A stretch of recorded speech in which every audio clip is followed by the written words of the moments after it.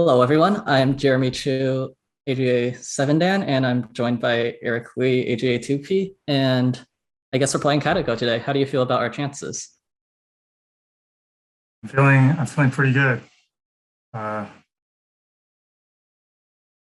this will definitely be a challenge, but looking forward to it. I'm feeling pretty intimidated myself. I I've been playing Kata with 4 stone handicap online, and I've been losing all my games for like the last year. So might need to be might need your help. Don't worry, I got your back. And we also have all of Twitch voting on moves. So the format that we're going to use is we're going to be playing KataGo with black and reverse combing of 30 points. And and the idea is that for every move, or at least most of the moves, Jeremy and I will be selecting the candidate options for you guys to vote on. So, in a sense, we will be controlling the flow of the game, and we will do our best to choose feasible options and not some strange ideas wouldn't that wouldn't be suitable. Yeah, we'll also be looking at Twitch chat as well for all of your suggestions in addition to voting. So if you have some moves that you think we don't see, feel free to just put them in chat and we'll be reading them for sure. So what's our game plan? What opening do we want to play? So so since we're starting 30 points up, opening it doesn't really matter. We can get away with mostly anything we like, and that's I think the overall strategy is to not get into any crazy fights right away. Also, we want to try and prevent white from getting a big Moyo situation, because those are some uh, those are the situations where AI is very good at, and there's many situations where you know where they can where the AI can catch up more easily. So I think one idea would be try to lead the game into some smaller scale fights where it feels like where it feels like the odds aren't where it feels like the stakes aren't so high. All right, sounds great. Should we start the game? Yeah, let's start the game. All right. So as we've said before, we are black. And what options should we have for our first move? So let's go with. By the way, my screen is being broadcast, right? I believe it should be. Yeah. Or at least your review board. So let's go with A, B, or C. Just the standard opening moves in the corner.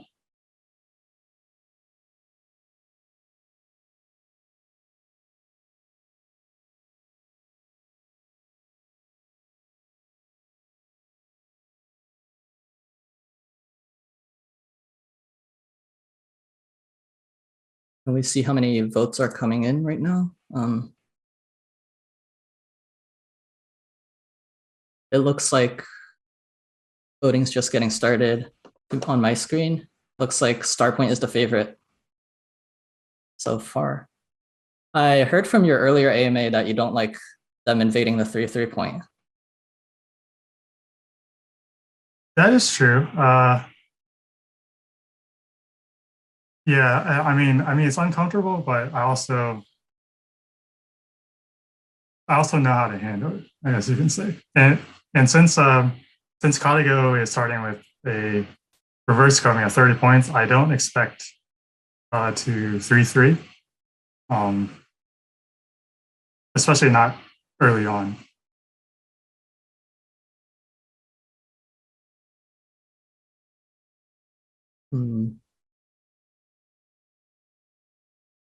And chat has picked A. So let's go ahead and play a star point.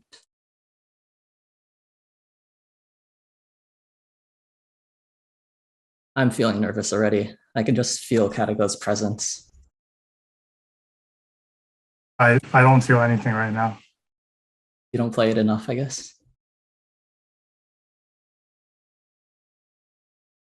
Ooh, KataGo's thinking hard on this one. You think we stumped it? It's going to play a star point. It's just a question of which one. I remember back when it was, I think it was early Leela 0. Like, why would just play R17 immediately? This was back when it was like 4 or 5 man strength, and I just found it the most annoying thing in the world. But I guess we're good for now. So I played star point as expected. Mm-hmm. And let's go again with these three. Either star point or 3-4 point on either side.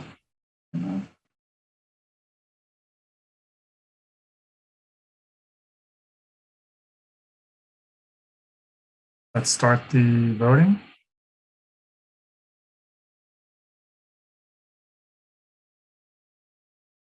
Personally, I would prefer one of the 3-4 points. Just because playing 2 star points is too popular nowadays. Everyone and their grandma plays it. And yeah, we want to make it interesting. It's also the AI's preferred opening these days, isn't it? Probably, yes. Hmm.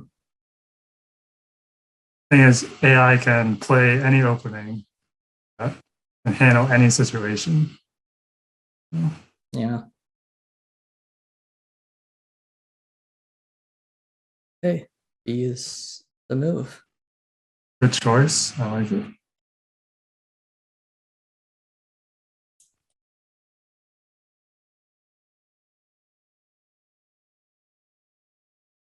What do you think White's going to play here? I predict a star point. Me too. So there's a way to program the AI to play some fancy openings, right? Really? Yeah, I believe that's what they did to. It was some crazy AI was play some black hole opening, like the first couple of moves, designed to give other weaker AIs an advantage. Did it win the games? I think it was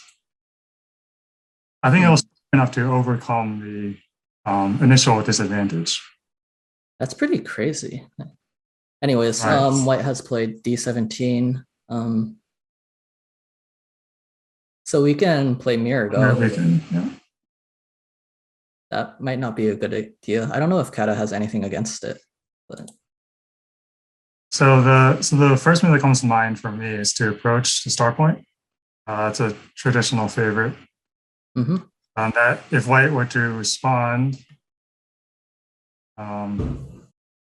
with the Kama, then Black can play, for example, a mini Chinese opening. Sorry, Kobayashi opening. Of course, this is very old style, right? We might want to be more modern and play a fancy Shamari, or maybe even something like this. So I think good choices would be A. Another one is to approach the corner immediately. Also, super popular nowadays. Ever since AI, we see the low approach much more than high approach, and that's due to the fact that the default response to the high approach is always to attach underneath and take the territory. But as black, I would also I would like to offer that option. So A, B, and C.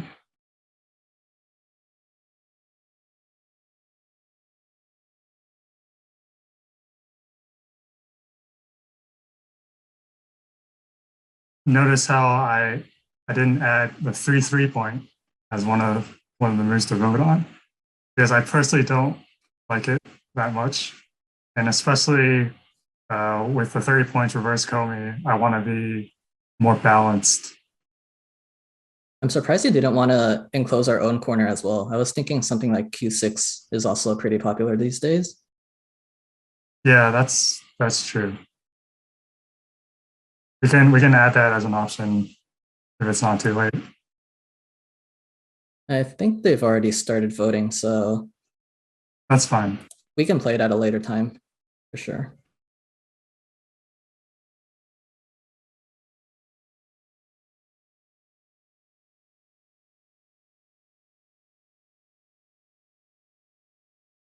And it looks like B wins, so low approach. I'm gonna be honest, I never bothered learning any of the Joseki here, other than like E16 and F16, but I don't think they're played anymore either. You mean E16 and F16 aren't played anymore? For no anything other than those two. I guess white can also kick. I Yeah. don't know any of the pincers, So and doesn't jinxed it, I guess. doesn't pincer normally in an even game. I think normally if this were an even game, it would play one of these almost certainly. That's just an easy way to play. It's one of their preferences. But since there's a reverse Comey, white wants to be more active, and a pincer makes a lot of sense. It's a more aggressive option. Puts black's one stone under some pressure. I'm scared now. So what are our options here? As I said before, I don't know anything here. So the first move that comes to mind is this leaning move. Mm-hmm. And as a result, white has two options, going on third line or push and cut. I can guarantee that if we were to choose this option, white will push and cut. This has become a somewhat popular Joseki nowadays. I'm not too familiar with the details, but it's certainly a if we were to choose this move, this is certainly what will happen. Mm-hmm. If we want to avoid the fight, we could even just leave this stone alone. We could play a somewhat slack-looking move on the side. Basically, we're hoping for something like this.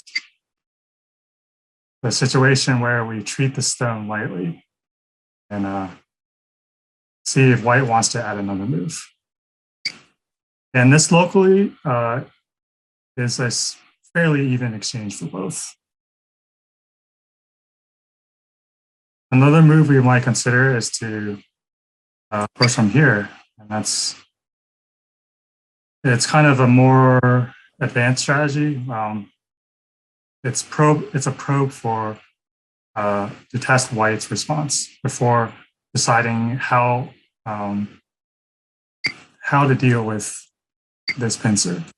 For example, if we were to get this exchange in Sente, then the fights here might potentially be more favorable for black.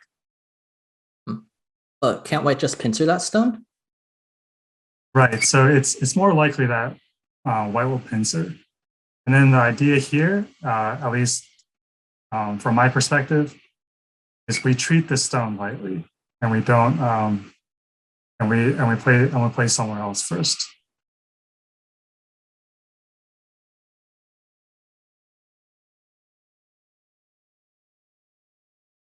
So three options I like to put up are A, B, C, and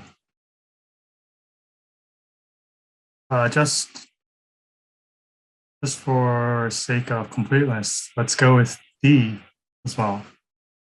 This is a somewhat slow looking move. Actually, no, let's not do D. Let's put D here. Jumping out with this one. That will create a also a it's another very old Joseki issue.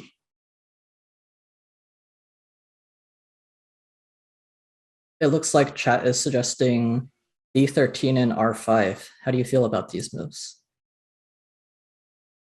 R5. It looks a little slow to me. It's playable. Mhm. This move is more adventurous.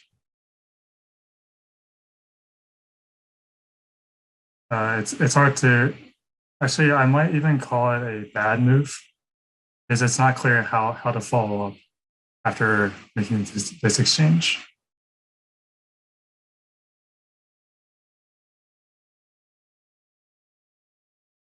So let's start the voting. Okay, it looks like chat wants A. I guess we are fighting.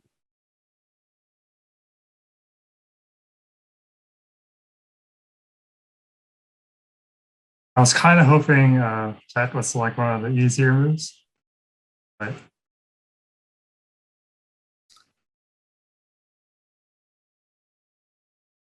So what happens after white pushes and cuts then? we as black we would either extend. So we caught a play already. Yeah, I think we can just block. It seems So like the only move here. just go ahead and block. Yep. And instantly cuts. So now we have two options. One is to press down. That leads to this kind of shape. So running, it can potentially lead to a very large scale and complicated fight. The other option, actually, this move, I believe is preferred when white's Winterstone is on the third line. We might expect, we can expect white to play either here or here. Mhm. The details, well, we will discuss when we get there. So, so my preference is A, but B is also another option. And those are the only two feasible moves for black.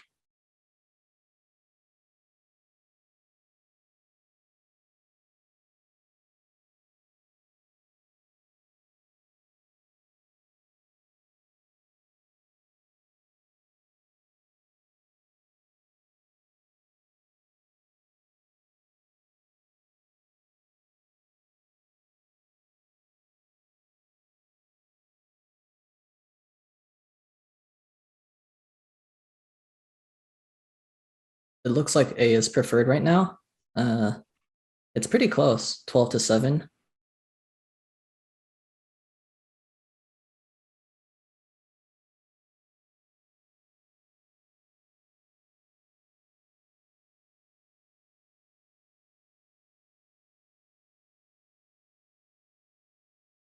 And, ooh, all right. So we extend. So now KataGo is either going to press or extend.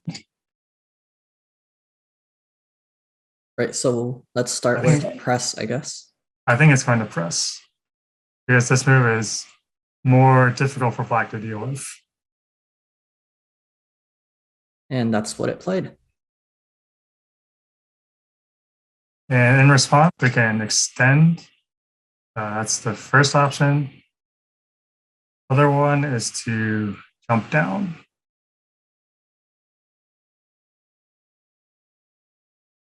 looks reasonable. So what happens in those two So if variations? this happens, you might expect Hmm.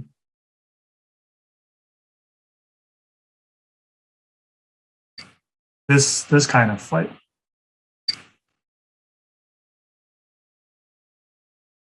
Are we worried about white trying to play d14 instead of c16 and just killing us? I don't know what the Liberty race looks like. But I seem to remember this was a move. So in this shape, it's actually black is flexible enough that the gains on the outside are sufficient, even if black were to die in the corner. Although it's not easy for white to kill because black has this co potential. Hmm.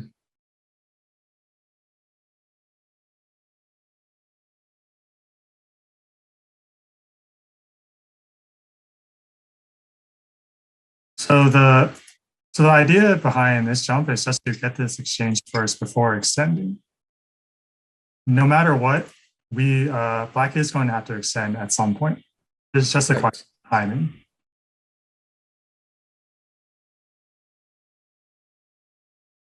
So between extending and jumping down,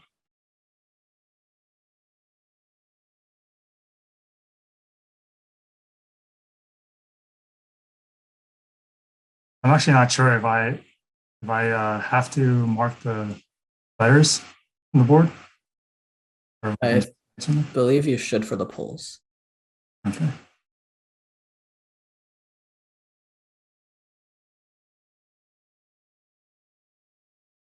Does white have to block if we play B?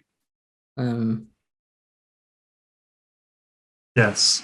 So if we play B and white decides to counterattack by Ane,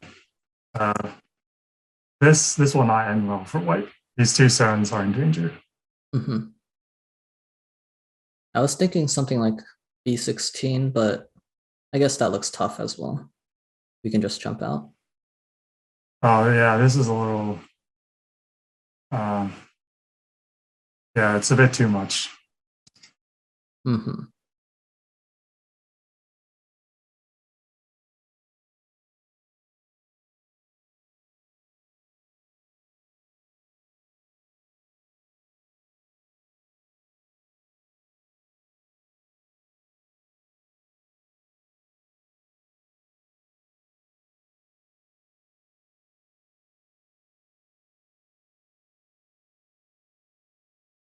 So far everything is going pretty much as expected.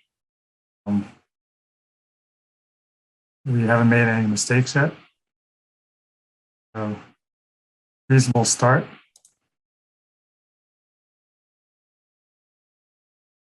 Okay, so we make the exchange and white blocks as you anticipated. I guess we have to extend now. Yes. All right, I'll just go ahead and make the move and extend again. Extend again.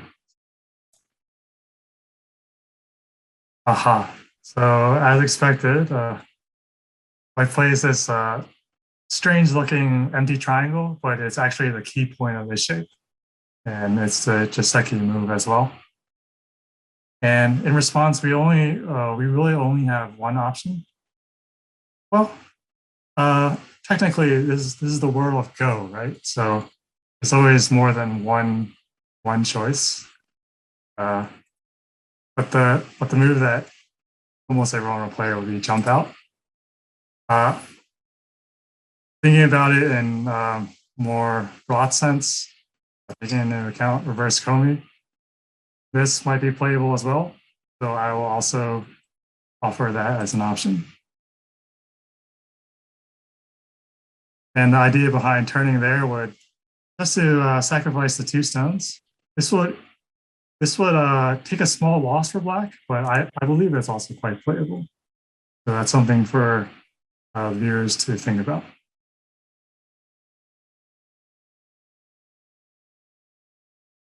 So there was a question in chat earlier. So why exchange? So why make the E18 exchange early instead of leaving it as Aji? So if we imagine everything had happened up to now, Mhm. if this same sequence had happened, this exchange is a pretty good one for black. So, Mhm. so yeah, it's slightly beneficial for black to get that exchange in first. Yeah, it If looks like black. anything, if anything, it feels like a tempo, if you will. Makes sense. I believe chat has voted for jumping out. And what options do we have here? Extending seems to be probably the only move, unless you have other ideas. No, extending looks like the only move to me as well. So we jump like a wedge, right? Mm-hmm. And there's no way for black to say the two stones. The best we could do here is to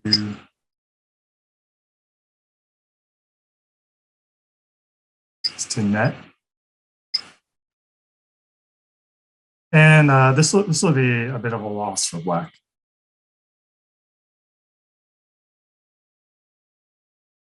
And So this is the shape point here. And chat is also asking about B15.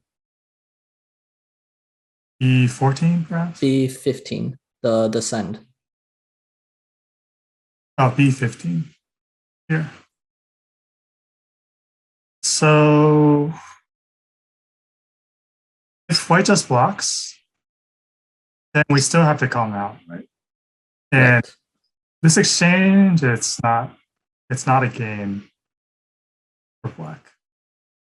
And black could have made this exchange anytime after coming out first. So there's no reason to play it right away. Mm, that makes sense. And chat is also wondering about E14, the tiger's mouth. So this would white would net here, and there will be no way for the four black stones to escape. Well, perhaps that's not really true. If we were to push down first, This looks pretty ugly though if white just connects on the outside. right? Hmm.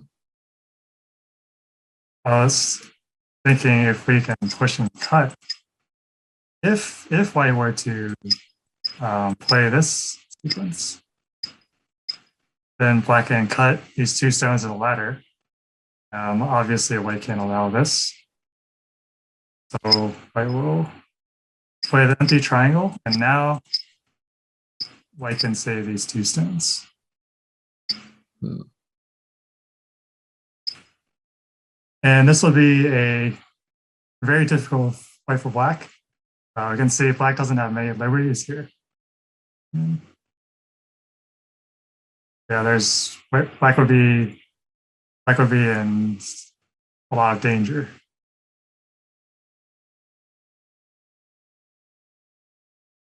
So extending is coming out is pretty much the only move. So let's go ahead and Right.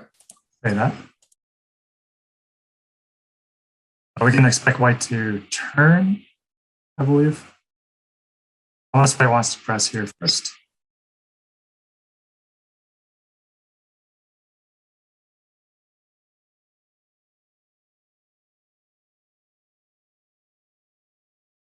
Okay. So white did go for the press.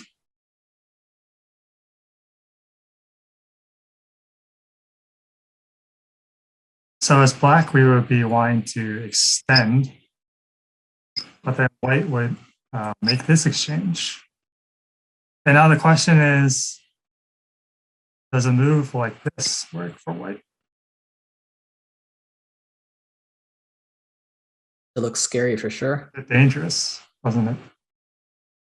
Can we perhaps honey instead then, just to prevent white from doing this net? Right. So if this sequence were to happen, black stones would be sealed in. You mean instead of extending, we'll honey? Yeah. It's possible. But how do you plan to deal with the cut? Uh, you're the pro, not me. I would just Atari underneath. Like this? Yeah. And then run this stone out? Yeah, something like this.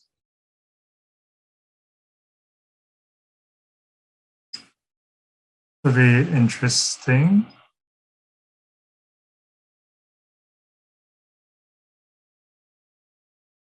What do you think of the fight? This fight would not be favorable for black. Hmm. The stones here are being forced to make two eyes.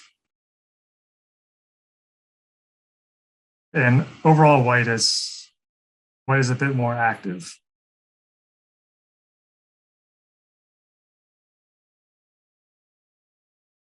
But the difference is pretty small. So do we have any other options then? If the extend is bad and the honey is bad, what else can we play?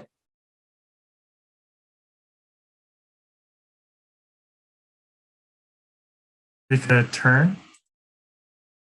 Mm-hmm. First white will play the honey and double honey. And then we have to extend down.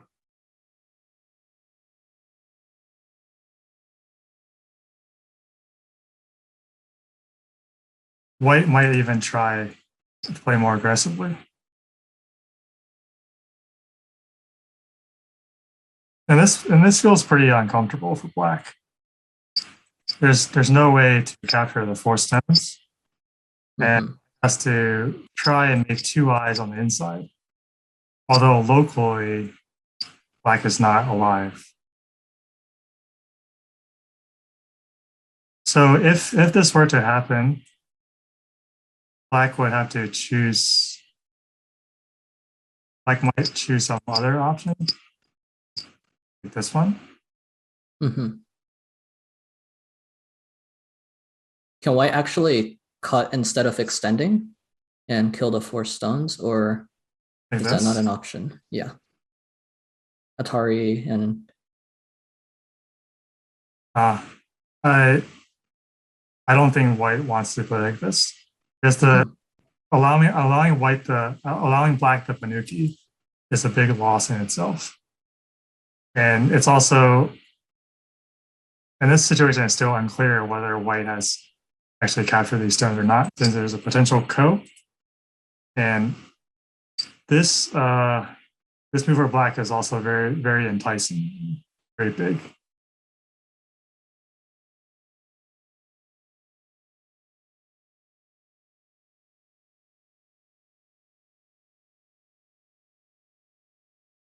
The options in this area should be A, B, or C. I'm also thinking about jumping here at G13 so that white can't double honey anymore because yeah, so if we turned, we were afraid of white honeying and double honeying, right? But now Right, we can so just kill the stones. this is your idea, right? Yeah. Yeah, it's certainly playable. It's not a move that comes to my mind naturally. But now that I look at it, it's definitely an idea. Yeah, it seems to go against intuition a little bit. Okay, so chat picks C, which is the turn. Oh wow. And Okay. I don't think we were expecting this one.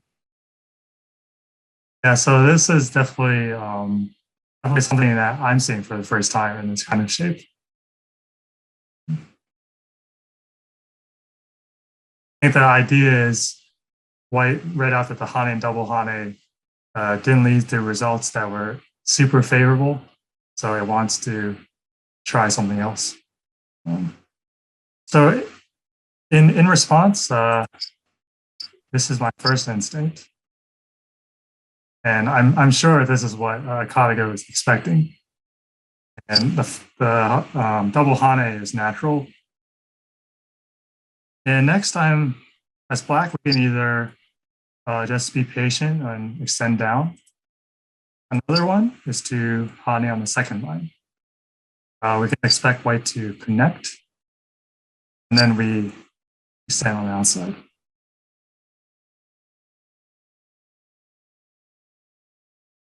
I think this is quite playable for black. And we can expect to come back here soon and continue the fighting on the left side.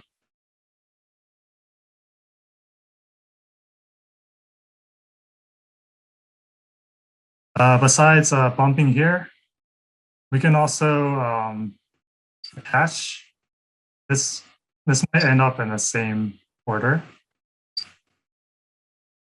So there's no real reason why black would want to attach first. If black were just to play this as the follow-up. Besides playing here, these two moves don't feel good to me. This extending back would just be too passive, and black would be sealed in on the side.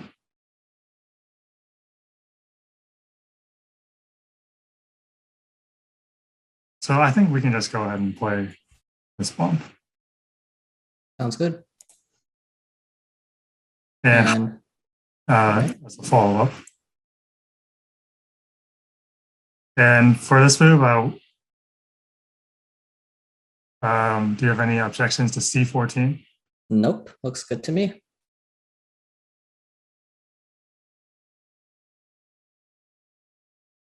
How about F11, Ame? Are we worried about white cutting? Absolutely not. Why not? So if white cuts, black will Atari out. And then white would want to Hane this stone.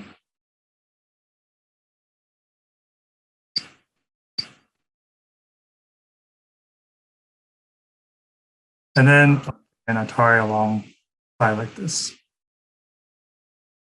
So basically white is in quite a difficult situation here. Say white plays here. Then this ladder is simply working for black. So white would have to try and something like this.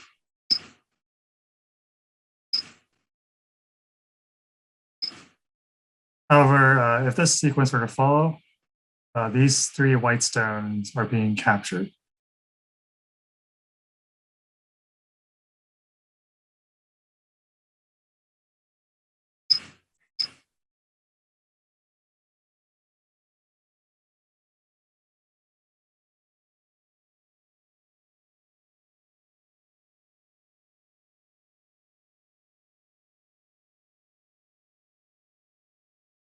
Okay.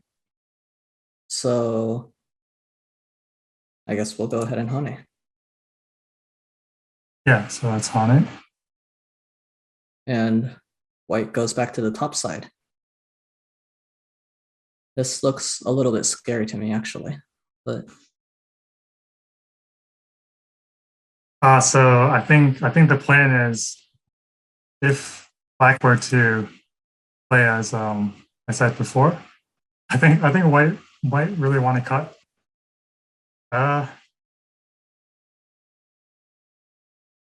This is what's scary to you, right? Really? yes. I'm paralyzed by fear whenever I play Kata. But in this situation, I don't think we have anything to be scared about. I was Oh, actually reading the other variation, and I believe at the very end, white can play b13 instead of b12. you mean this variation? Yes. Um,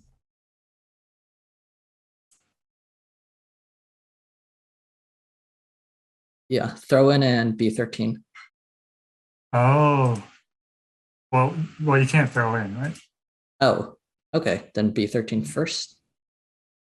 Process of elimination. So you're saying you want to throw in now. Yes. Wow, that's yeah,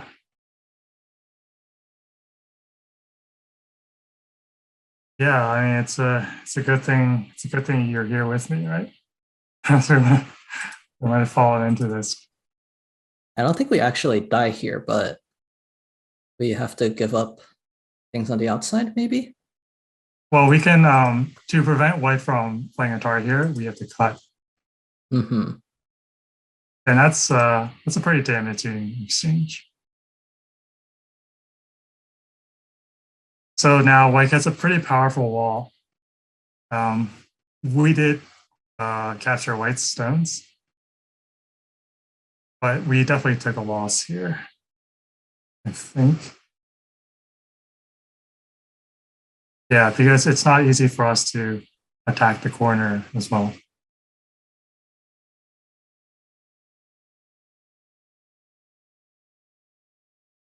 Yeah, so the timing here is very tricky. Playing the Hane first here, and then coming back here. It's it's very unhuman like, I would say. But as our response, I don't think we have much of a choice besides L18. Do you have any other ideas? I would descend, but that's just because I'm scared. Okay, yeah, so let's have those as our two options. Either A or B.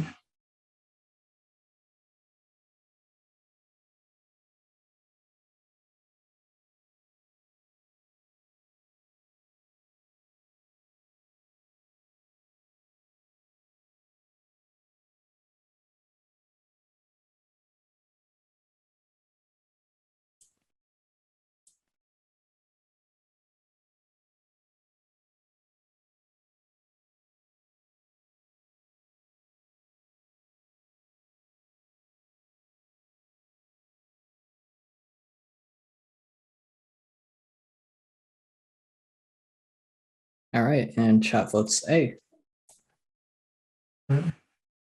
Oh,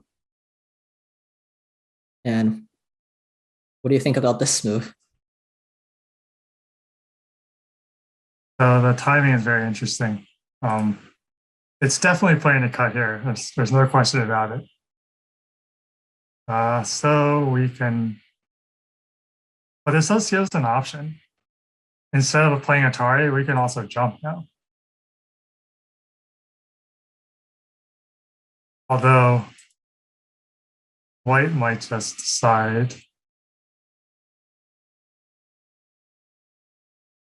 to kill everything. Right, so the liberties are very tight here. So we have to be careful. Because if this were to happen, no matter what we do, white just comes back and Atari's here, and all black stones are captured.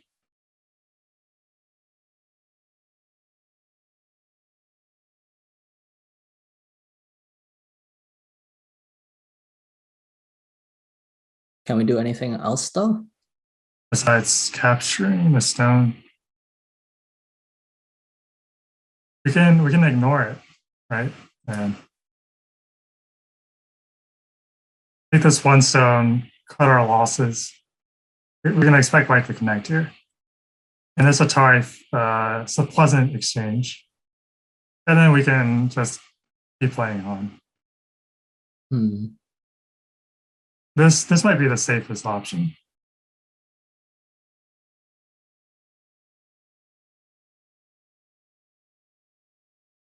Besides that,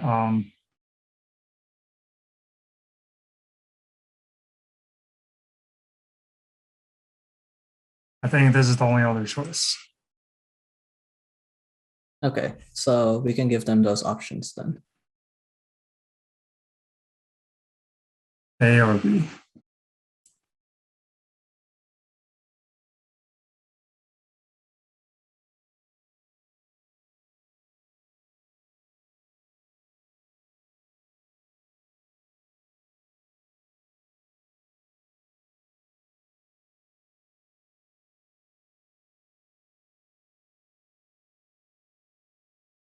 I'm kind of hoping for A, although B might be more exciting. It looks like chat is also tending towards A, so yeah, they're gaining the fear that I had. And yeah, you're influencing them with your yeah, cautiousness. it's closer to trauma, I'd say, but anyways.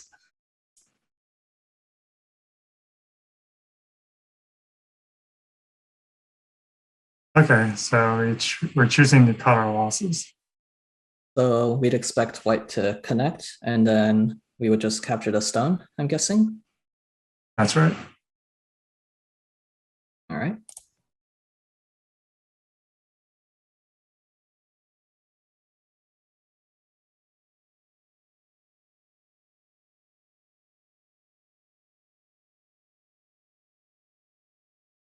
Okay, so white cutting is a better move than what I said earlier. Just connecting kills these 3 stones, but here white's capturing more stones. So as black, first move that comes to mind is Atari. This is a pleasant exchange, and after we make it, we can just play somewhere else. These stones are basically dead, but they're not taken off the board yet, right? So we don't have to continue in this area. And we can just treat these 2 stones lightly. So we still have some Aji in the future then, I guess. Yeah, there's some small Aji if we had some stones around the center. Let's go ahead and make that Atari.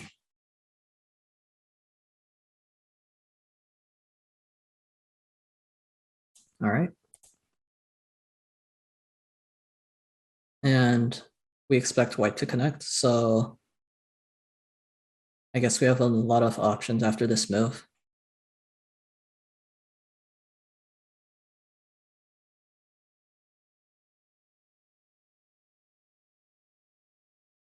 So after white connects, we can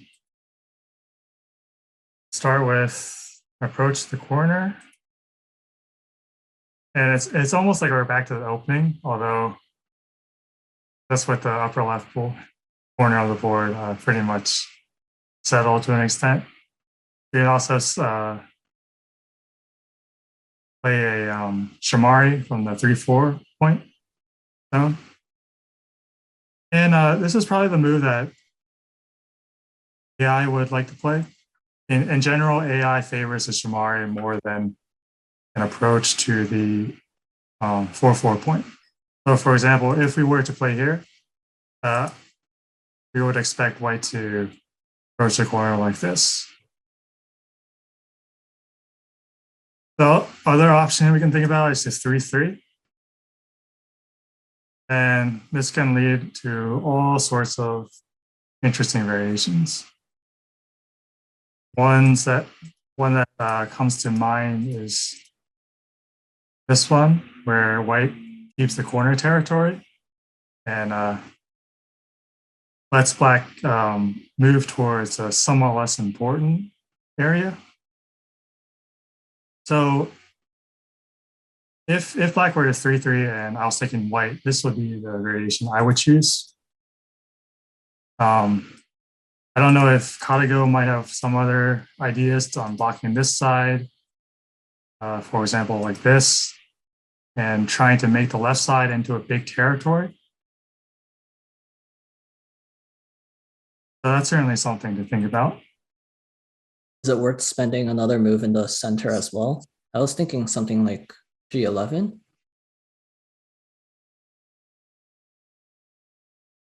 It's a bit slow in my opinion. But I'm sure if we were to look at the AI scores, this will be one of the moves. Like it might lose a point or two. Yeah, unless I'm just completely off, and this is the move that AI wants to play. But I don't think it is. But we will see. That can certainly be one of the options. So I'm thinking we can choose between A. Yeah, chat is asking about Q5 as well. I guess that's pretty similar to A. So yeah, so in this sort of board, I want to be a bit more territorial. So I want to go for A or B on the third line. So since white is fairly thick here, if we were to play on a fourth line, it's not as easy to gain secure territory out of it. So I would choose between A or B. And we'll put C and D as options as well. And I also forgot to have E. So that's 5 options.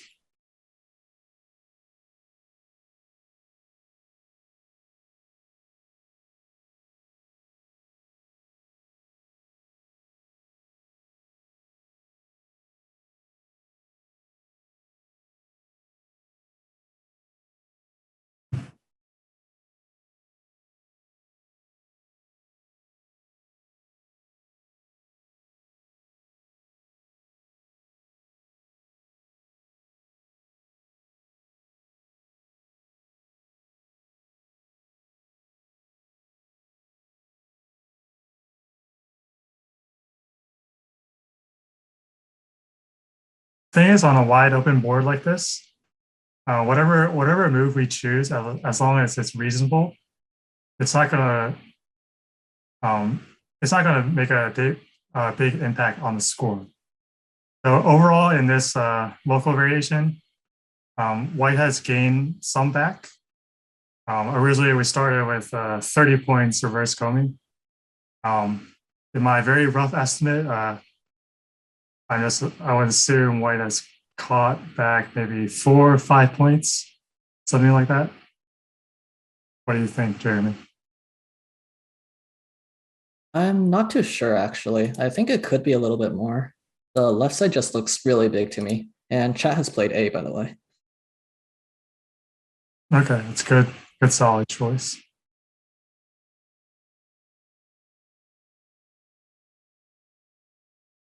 And next we can expect normal moves for white with the Shimari. Of course, nowadays we have so yeah. White is emphasizing the left side.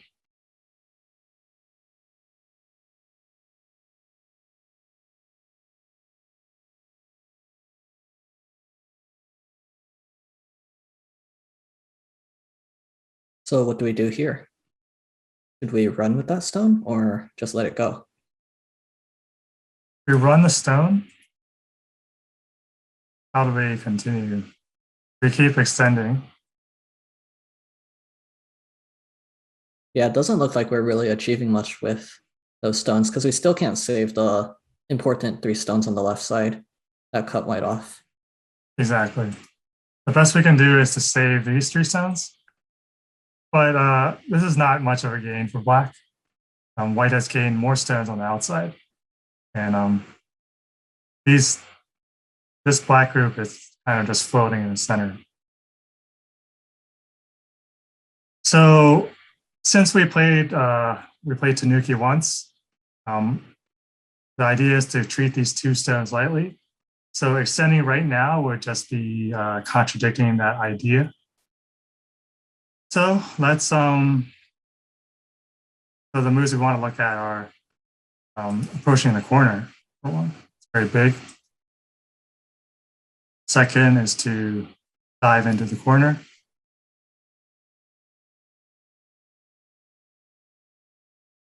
The third option might be to, if we're concerned about the left side, becoming big territory, to think about attaching here.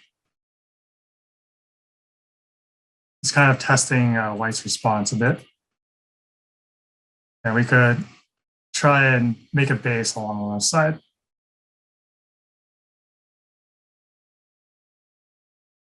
What do you think of this attachment? I don't think I've ever seen an AI play it. And like my evaluations now are basically just trying to mirror Kata as closely as possible. So I would personally play the 3-3 instead, just because that's what I think Kata would play, but it definitely looks reasonable. Yeah, so if white plays 3-3, I'm expecting white to block on this side. Since Right. white added a stone here, that makes the potential territory on the left much bigger. For example, like this.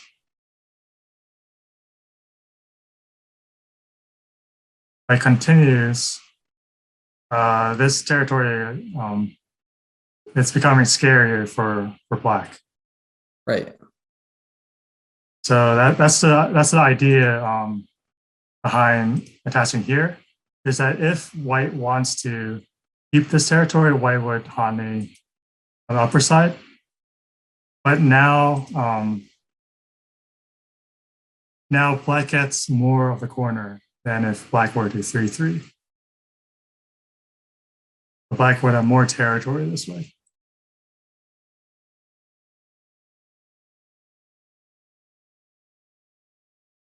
So options are A, B, or C. Approaching the corner it does feel pretty natural to me. While white's left side is big, black is not too small either. We have Shamari here, and there is potential for black to make something along the bottom. Chad is asking about B5 as well. For example, like this. B5. Yeah. Yeah, this is playable, but more fancy. It's also not as easy to make a base, right? Because white is so thick here. If black were to try something like this, there's potential we could be attacked pretty severely.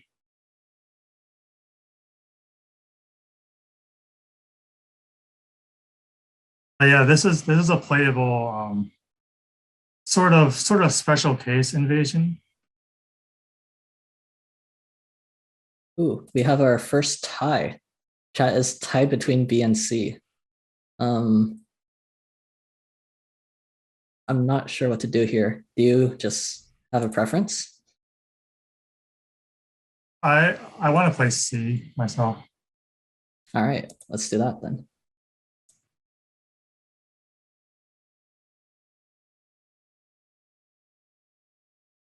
Yeah, I'm a pretty traditional guy in terms of my move choices.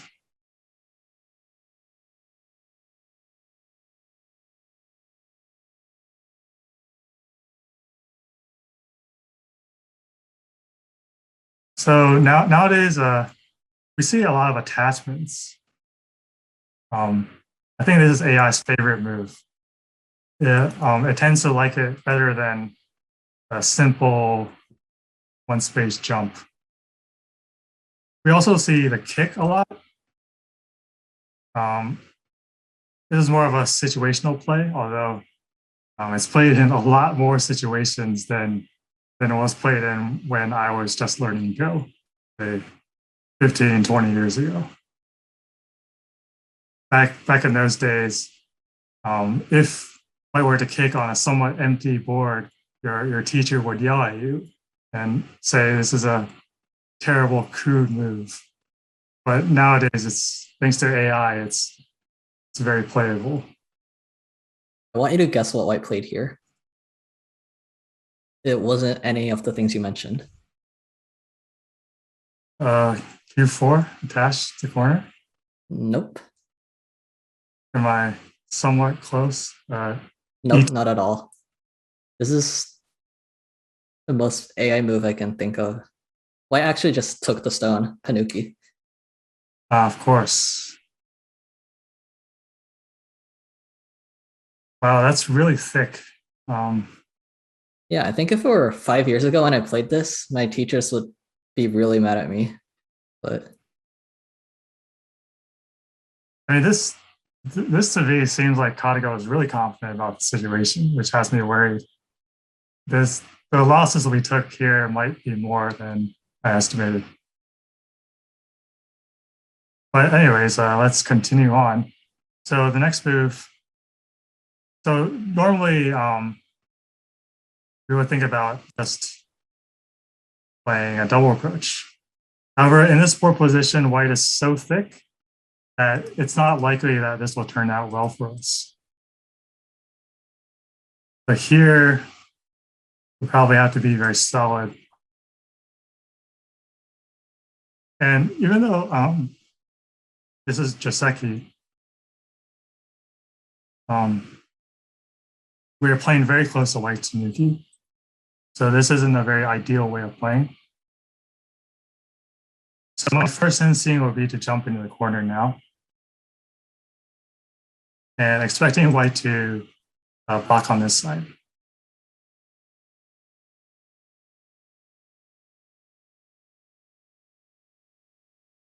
And this will allow white to solidify the left side territory, but we would also be building up some territory of our own. If we want to prevent that, black can also jump. If white were to jump, then we could play something like this.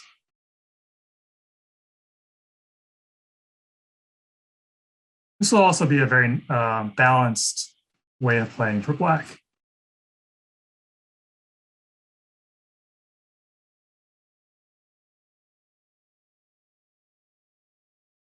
So I would like to choose between A and B.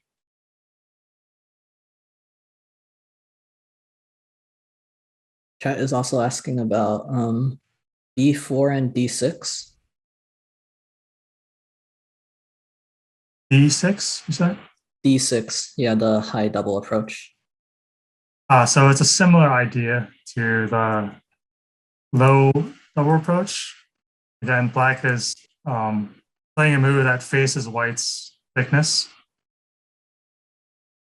So the more moves that black plays here, the more obvious it becomes that white's thickness will become more effective.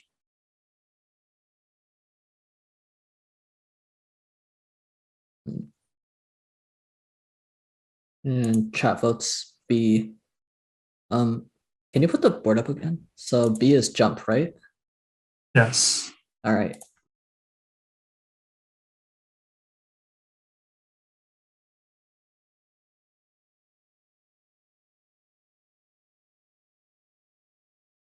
And kick.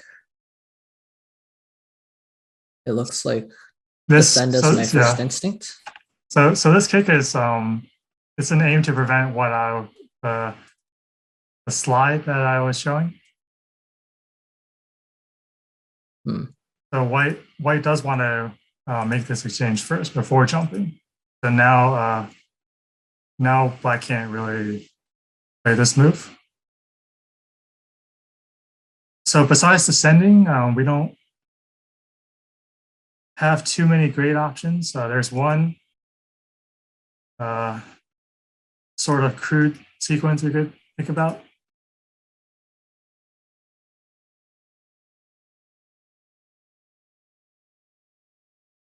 So this way of playing is not recommended. normally because it solidifies white quite a bit. Hmm.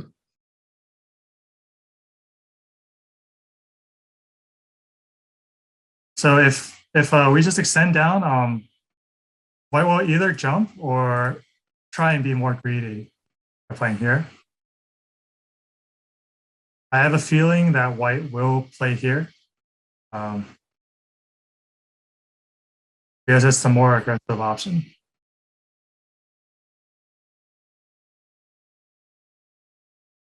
So let's let the viewers vote between A and B.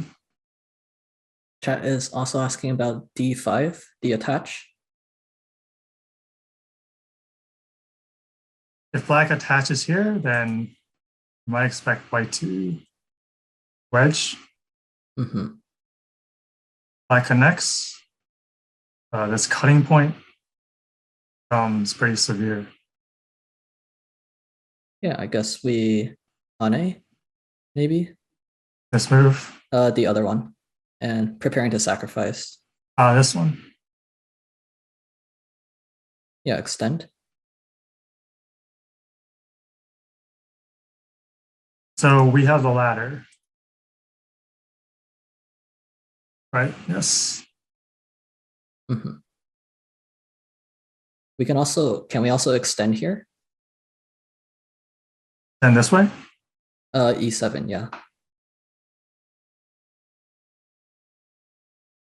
Yeah, this is possible. White is actually in some trouble here. So white might consider playing here instead. And then in this variation, we would also be thinking about sacrificing these two stones. Hmm. This Hane would be interesting. If we could get this Hane connection to work.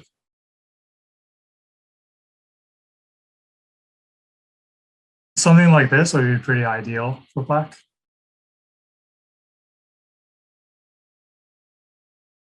We're sealing white in, and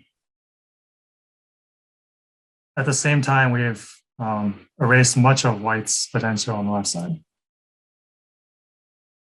So white might not just wedge directly like that. Hane is more natural. A lot of the times, there's the idea that, at least for me, AI plays a lot of simple moves that sometimes humans are prone to overthinking. Mm.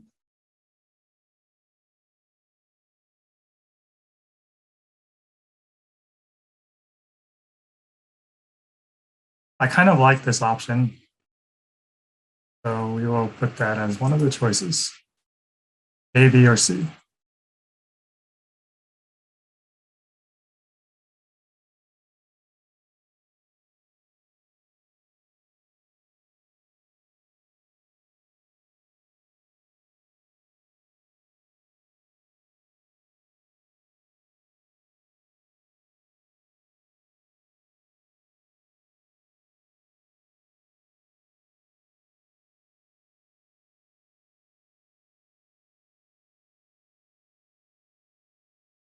Okay, I think it's time for a quick break. We'll be back in about 5 minutes. Yep. Hey, everyone, welcome back. Yeah, so when we left off, chat had picked the attach, and it looks like white has played the Hane. And so what are our options here? To extend, probably the only move. Hmm.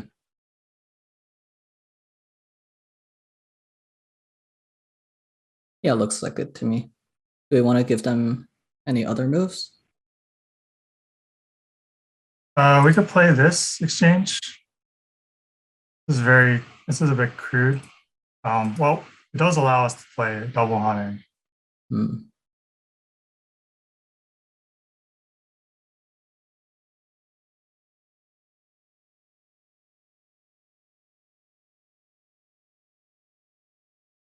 how do you like this compared to just extending? I suppose it depends a lot on how white follows up, because we don't know whether white wants to play here or probably not the wedge, right? This is a little bit damaging to the outside. Yeah. I think the extend looks like better shape to me. It also unclear what white's going to do here, but I guess against Kata that doesn't really matter. Yeah, so This I always think finds the white best might play. not just play here. Hmm. This seems natural. All right, let's go ahead and extend then.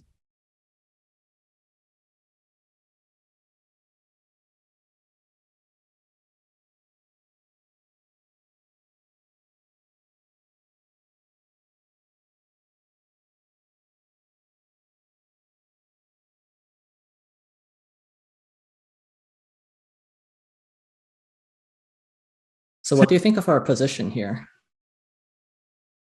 I'm starting to not like d5 so much because we're giving white a pretty big corner without getting much territory ourselves.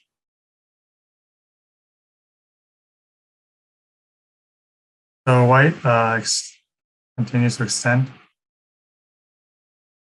So the move that black wants to play now is to cut. And ideally, we want this variation.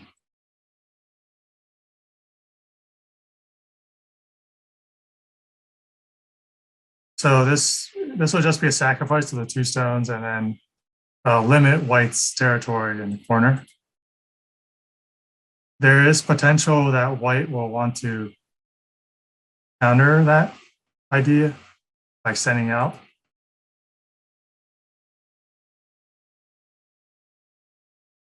But this fight is, it feels pretty playable for black. What do you think? White doesn't. Yeah, it looks good.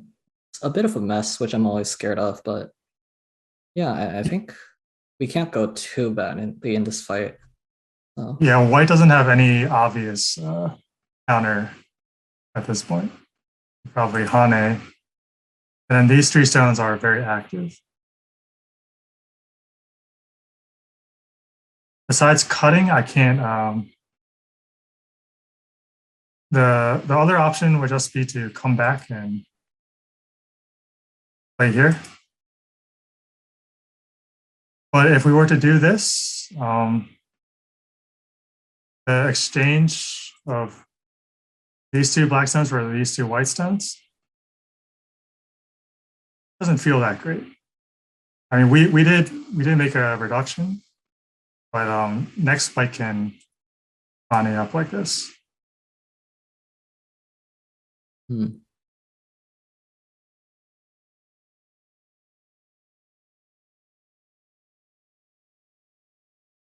It's not really playable though.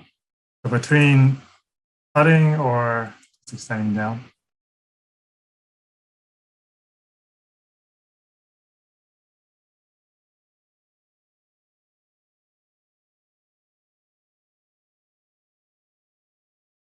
Chat is wondering about the extension at d7. How do you feel about this? So if we just extend, then white will most likely continue taking territory. And then if we are forced to extend once again, then white takes a very big corner plus Sente. So black didn't accomplish too much here. Because although black gains many stones on the outside, black's potential is limited by white's thickness. Hmm. So black wants to be a bit more active than simply extending.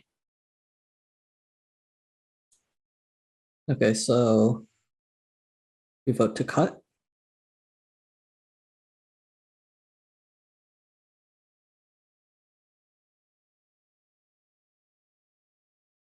Next fight is certainly going to Atari. And then we will be extending.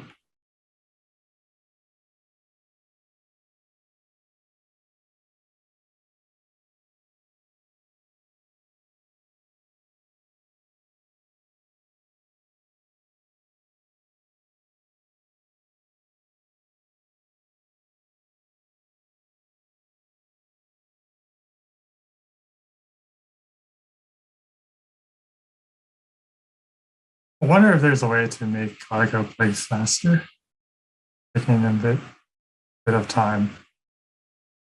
I'm not sure if it's considering anything else here, because it feels to me like Atari seems like the only move, but Yeah, as expected. So let's extend. right. Of course. So it's not willing to be forced into the corner like this. So now we don't really have much of a choice but to extend. Um, these two stones, if we were to give them up now, that would just be a complete loss.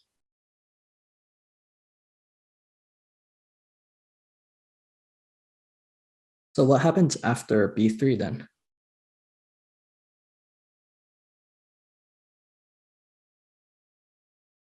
Most likely option is for white is to Hane. Mm-hmm. And well, what happens next? That's completely up to our opponent. We'll see when we get there.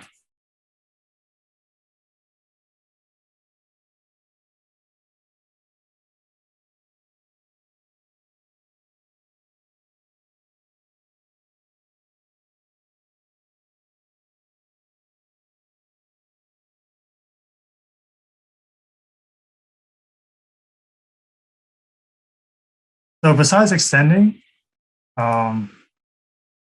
can Atari first, and then double Hane. So as white will connect on the inside and capture 3 stones like this. So this will be a reasonably fair trade for black. Black's thickness is certainly better than what we've seen in other variations. But at the same time, white's corner is a bit bigger as well. And white also has this very important stone that balances very well with the thickness. So these will become white's points as well.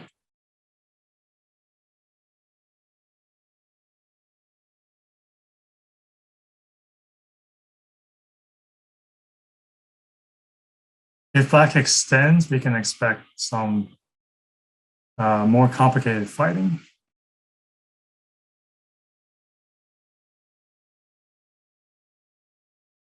Maybe an Atari here, and then keep extending.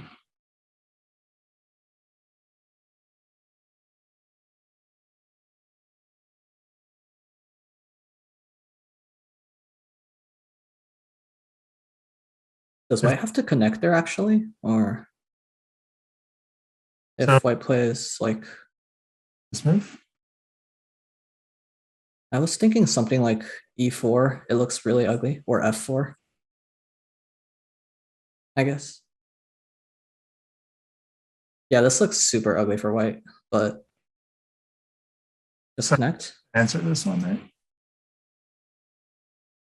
Can we, oh, Something like this. yeah. I guess black's corner is already alive, so it's not a huge deal that black doesn't have any thickness on the outside. Right. Black can treat these 2 stones lightly.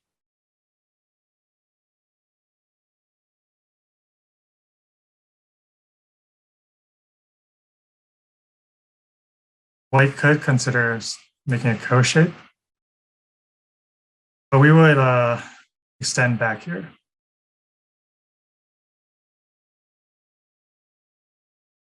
I think the Atari is pretty important. So if we were to just extend, then I would extend here. And this turn might not be Sente.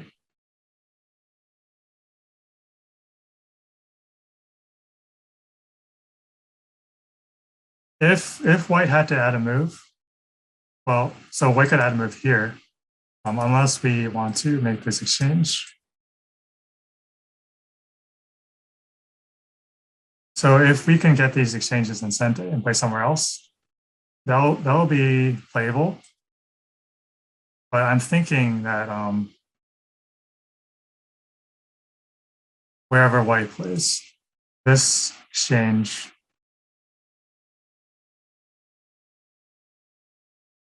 If we hane this one first.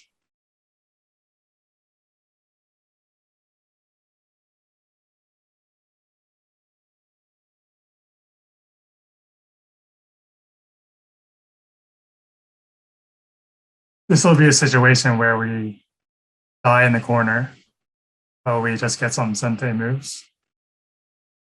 Hmm.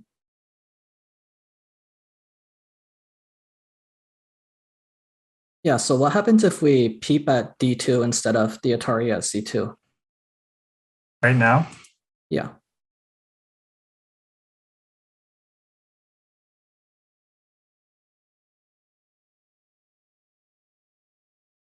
Can white just connect? connect D3. I guess Or the other one? Or Sente? this one. Yeah. Right. This would not be good for black. These 5 stones are floating. And all black gets here is just a small corner. Right.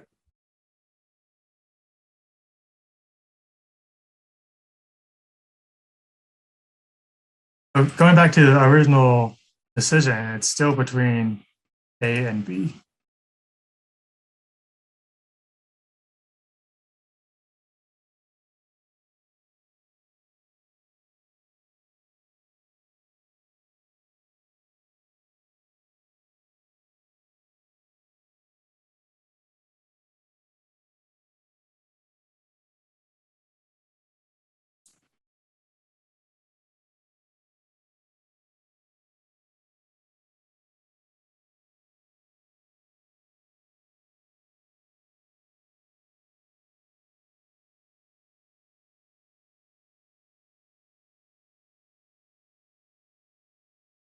It looks like most people are choosing A. Yep. That sounds good to me.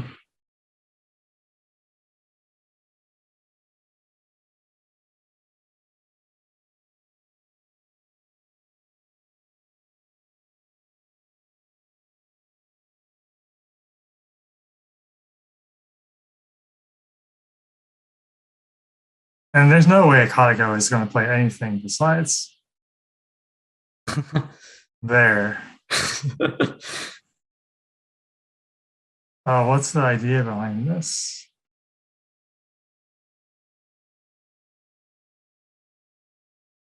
I guess white wanted to avoid the Atari. Yeah, so Yeah.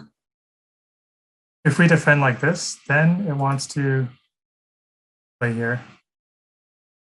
And now this Atari is going to be a Gote move.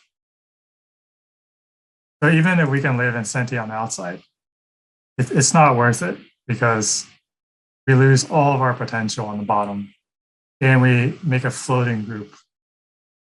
And it's a pretty weak group. So if this were to happen, we have to continue.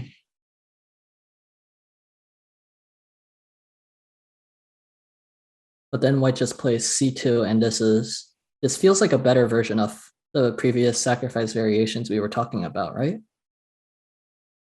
Yeah, exactly. So now black has a cutting point to worry about. And if black were to defend somehow, black's 3 stones are dead without much aji. Mm-hmm.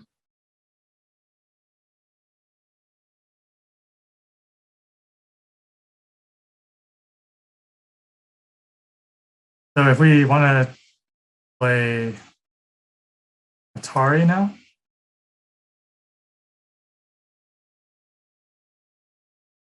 white might just ignore it. Yeah, I guess white plays G2 or something. Yeah. Although this is the original variation I showed, right? Right. So maybe white would still play the Ko shape, the Atari Tiger's Mouth. I guess this is pretty similar to the other one because we Yeah. don't really have Audrey inside either. Yeah, there's some, and there's also some weakness here. Ah, Um,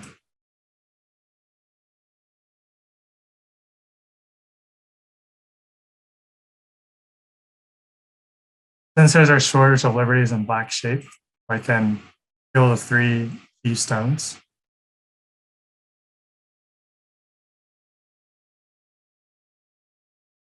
so is G6 instead of G5 bad? Or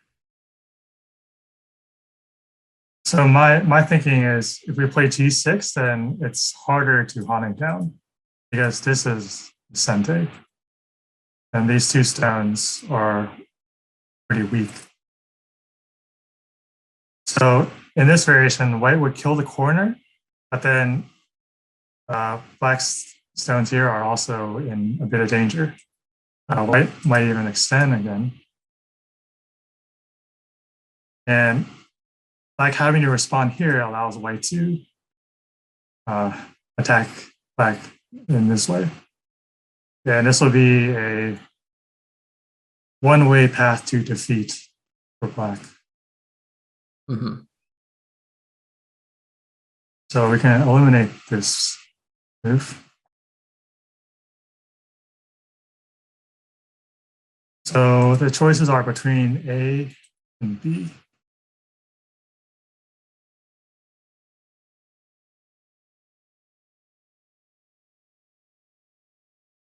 We could also think about C, simply turning. And white just push at E5. Right. So yeah, so once white pushes at E5, black can no longer save these 2 stones because white can simply cut and black will collapse. But this does leave the Aji, the potential of living in the corner, the Ko, this Ko.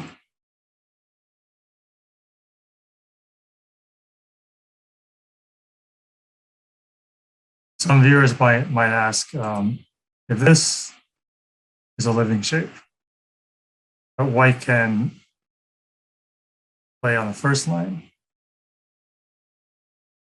And then the 1-1 point gives black a dead shape.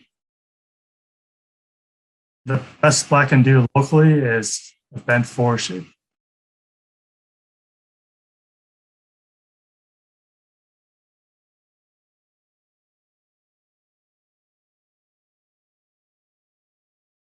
So Right. I think this move is also worth thinking about. So it looks like chat picked B, which is the Atari. Yes. Okay.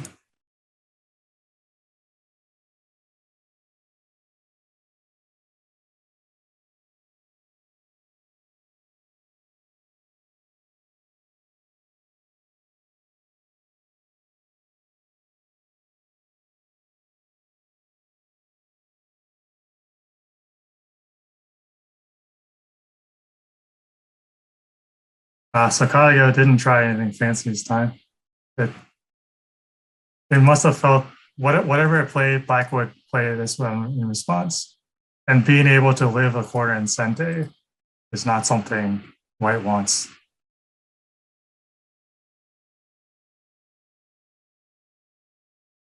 So that makes a lot of sense. And now as black, we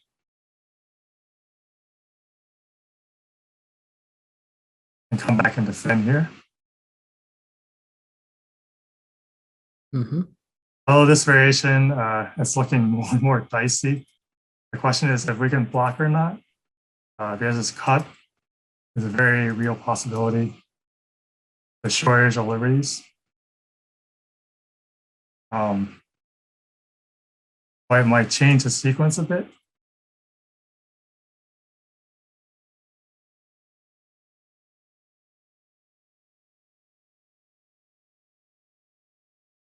This will be a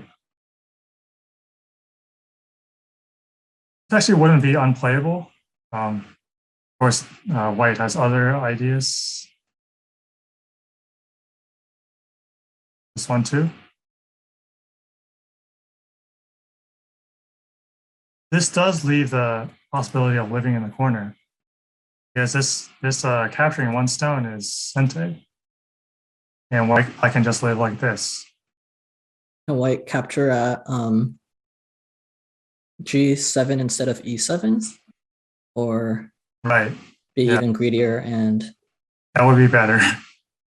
no, I mean instead of E7, the Atari, can white be even greedier? Something like this, or I think H6 might even work. I'm not sure. Yeah. You're right. This is a better move than simply Atari on this side. This doesn't give black any forcing moves on the outside.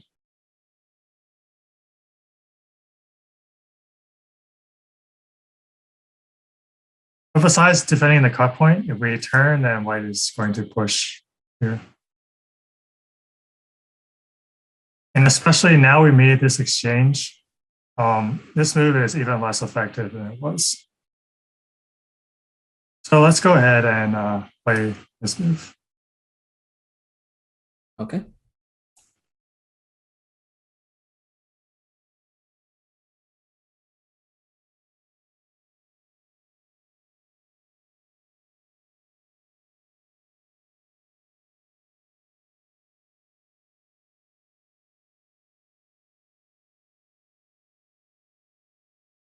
And then when white crawls, besides blocking, I don't think there's much else we can think about. Can we play D7 first, maybe? Or does that exchange not help? Oh. It turns out white just takes the corner instead. Okay. So white is emphasizing the territory in the corner.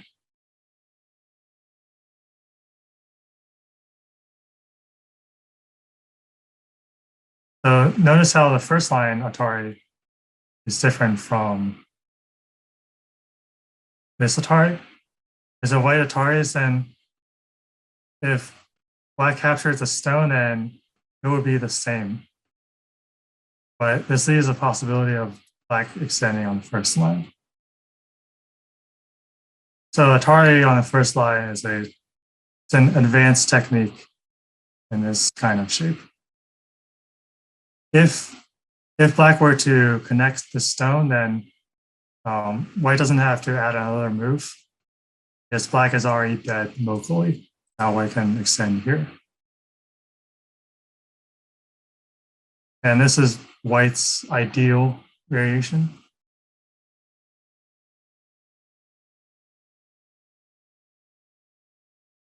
So to prevent that, we can turn first and then allow white to capture the corner cleanly. And that does give us sente to, for example, make a move on the lower side to create some kind of framework.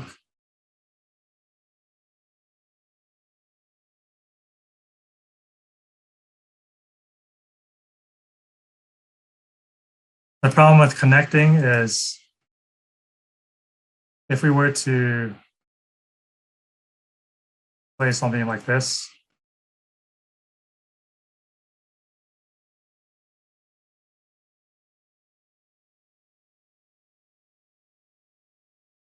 well, this will be playable,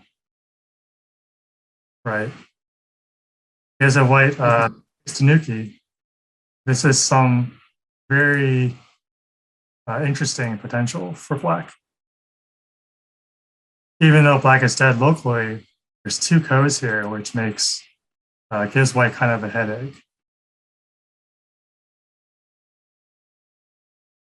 So if we connect, this should be the plan to simply jump.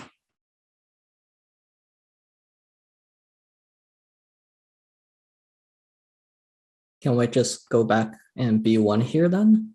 Or does the tiger mouth not sente anymore. Right. So if white were to make this exchange first and then come back. So now we still have sente, but our territory has been reduced a lot and white has increased.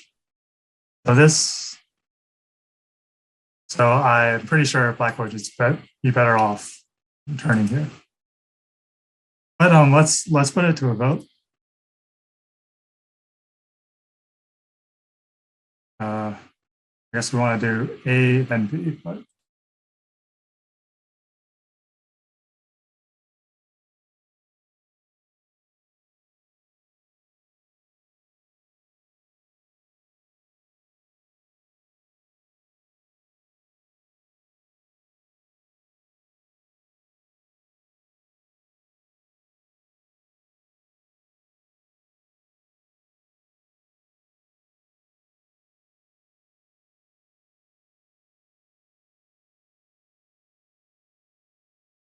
Yeah, so it looks like the coordinates in the pole and the board are different. So just to clarify, B is going to be the block and A is going to be the capture. So it's the opposite of what you see on the board here. got it.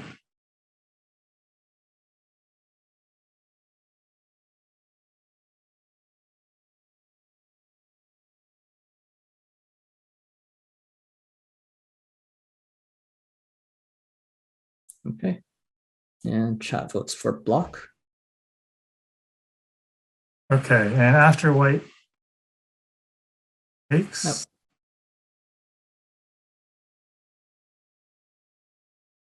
I wouldn't expect KataGo to nuke here. I don't think anyone would to nuke here.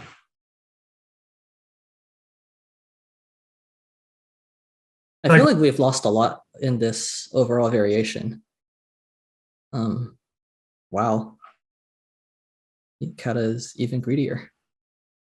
Right. So the idea behind this is it wants to get a forcing move on the outside before taking the stone. So yeah, it's definitely a valid idea. If we were to try and connect, then these two stones will be captured. So as black, we can either so to defend and save these two stones, we can either play here or play here. Playing here, white would certainly take, and this stone will be better placed here instead. And they both accomplish the same purpose. So I think is the bamboo joint just a better version then? Right. It's better follow-ups. You can play here. I mean, not now, but in the future. We just connect, and there's no clear follow-up in this area. The other option for black is to play somewhere else entirely. Let's say we play here. So just the idea behind this is just to leave this move as a future exchange. Maybe we use it as a kotha or something. In my opinion, it doesn't make much sense here. There's also the possibility of white just pushing through here. This will be a very big reverse sente move for white. Easily over 10 points. So I think this is pretty much the only move here. Yep.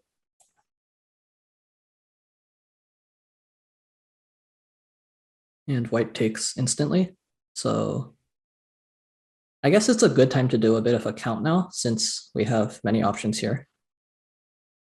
So how much do you think we're still ahead by?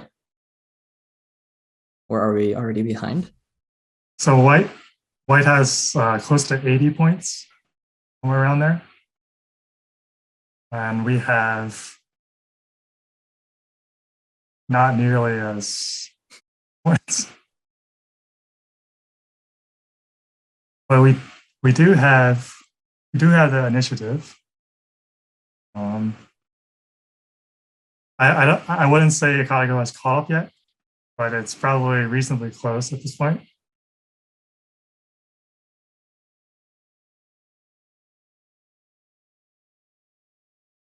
So Seems if reasonable. White has about 80 points, I don't know if you've counted. I have not, no. Then we would need around 50. Mhm. Of course, if we're only winning, if it's an even game right now, we can only expect things to get worse. So let's just continue on. As black, I would think about move at the bottom.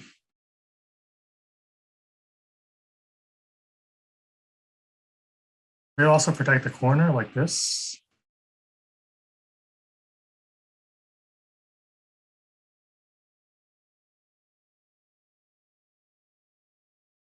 And is there any move you want to play, Jeremy? Yeah, I think the bottom looks like the most important area to me, just because if we don't play it, then there's a chance our group gets attacked as well. So I'm just wondering, like this. yes. And white is really thick on the top and the left side, so we don't really have many places to run. So I'm just wondering what the best place would be on the bottom side. Something like L4 or M4 maybe? Yeah, my feeling is we don't want to go any closer than M4. If we play here, it's a little too close and a little too far away from here. For me, it will be between this move and maybe this one. This is a little bit far, so I would prefer play here. This feels like the center.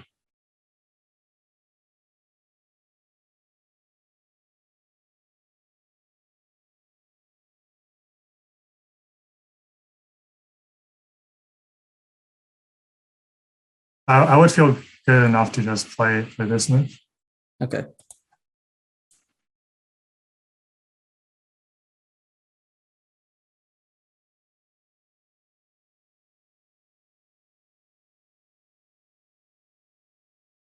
So the speed that KataGo plays is gives me the impression that M4 is a good move, or at least it's a move that KataGo has considered already. And this invasion is it's a very challenging move. And often I noticed from some of my experiences with AI, is that although these invasions, they look very aggressive, it's not easy to attack it directly, because white always has some tricks up its sleeve. So for example, if we want to kill the stone,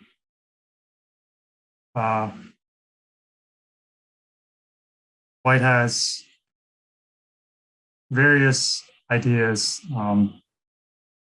If we just look at the most crude variation, let's say we want to make a living shape.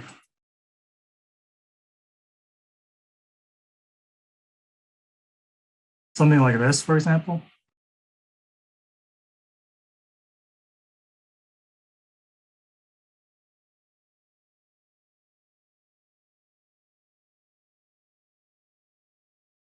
Another move that comes to mind, we could defend this side, but that gives white a lot of flexibility, right? So the idea behind playing a pillar is we want white to jump out, and then to make it heavy like this,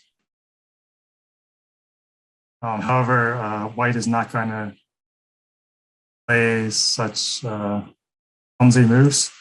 There's a lot of flexibility around the stone. Can jump into the corner.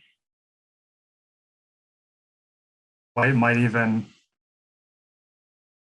So this jump, although white won't play it, but even if white does, white is not going to connect. Mm-hmm. Because that would just make white heavy. What about a capping move like 04 or 05? 05. Yeah, this is another move that we can consider. This makes it a little bit harder for white to go into the corner. Black wouldn't defend so passively like this. There's other choices.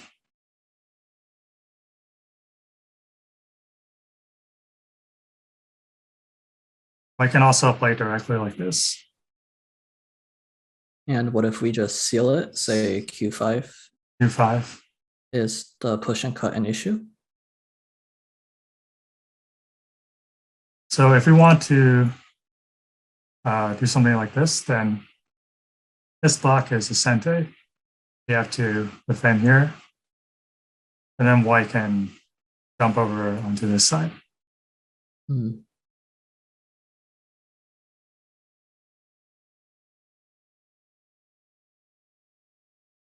This is certainly a possible option. I could also think about just defending the corner. It's a bit passive. White can even just give up that stone and play here. This is what I would play as white. It's aiming at black's weak group here. So I think we can take this move off the table. And as I was saying earlier, so I noticed that as AI, in response to these sorts of invasions, it likes to tanuki a lot because comes to the conclusion that however black attacks, white always has a way out. So instead, it plays somewhere else and then lets white play another move first. So basically, it's the idea that when white plays another move, then black's follow-up becomes easier. I would be pretty scared to Tanuki here, though. It feels like white might just play K4 and begin attacking us instead. Right. In this situation, I wouldn't feel comfortable tanuki. And the other problem with that is there's also not a very obvious big point play. So which leaves us with having to respond to this move.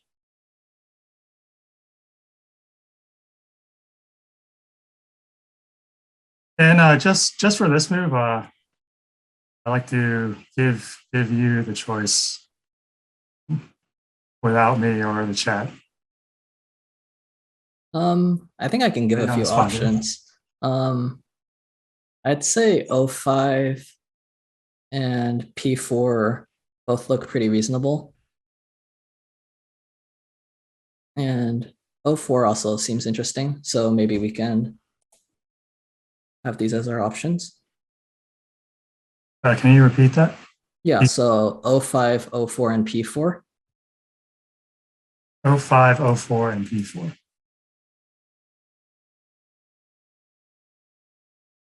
Yeah, sounds good to me.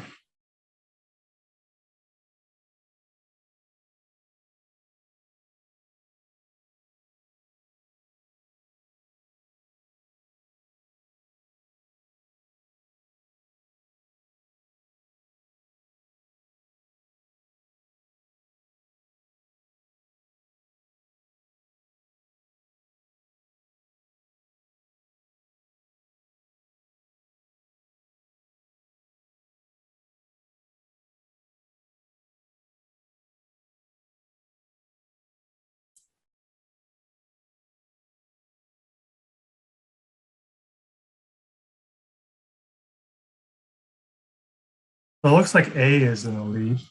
I kind of I would prefer to play A myself out of these options.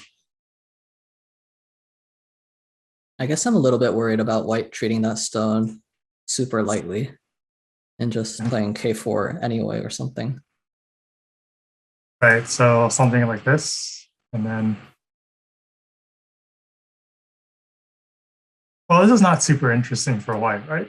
If we feel black is in danger, we can just connect back at any time. So I don't believe white will play something here. Ooh.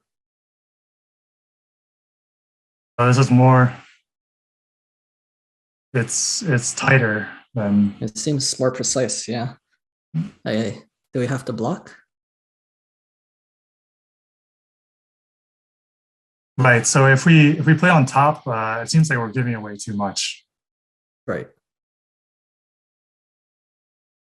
So let's go ahead and block. And we can expect white to press up or here.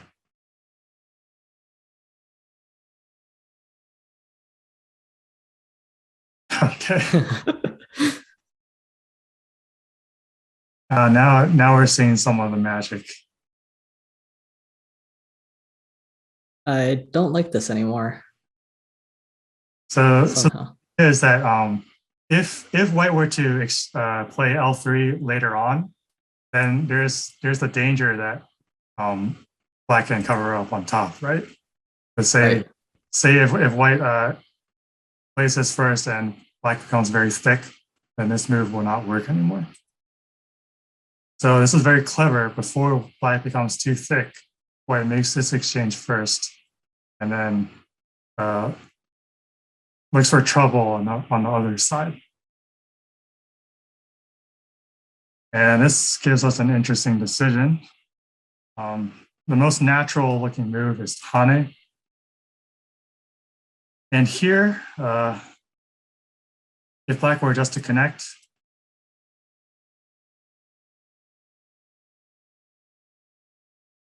in this variation, we can keep the corner, but white gets a position on the side.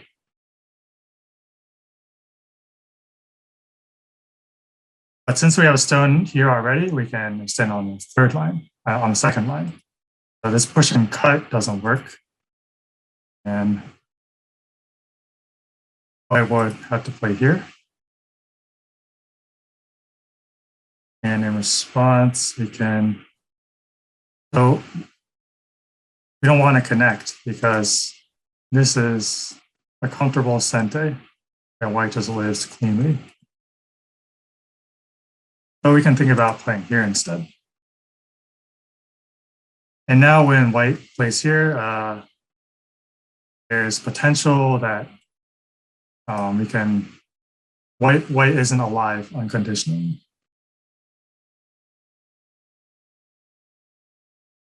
Other moves besides Hane are to clamp, that would extend up.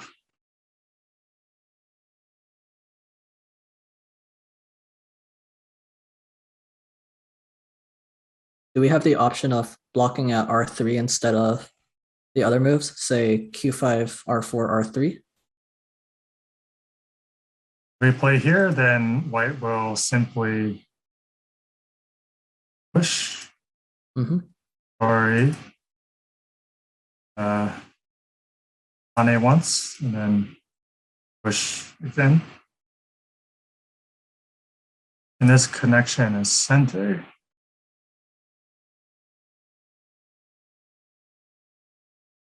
This will be rather comfortable for white.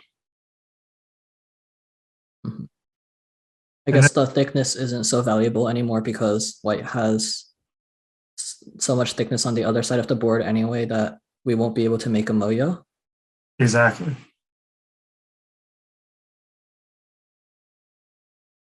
So what about hunting on the other side, say S5? So that's the other option.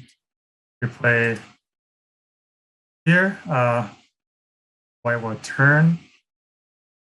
We connect the stone.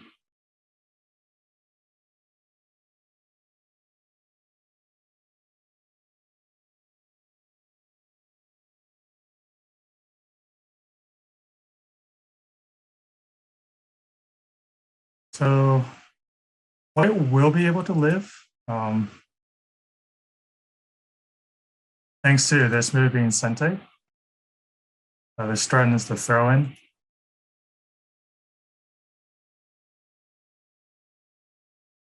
However, this variation, I think black can be satisfied with. Right, the corner is pretty small. Yeah, some pretty good thickness. So white might come up with some other idea. Hane here.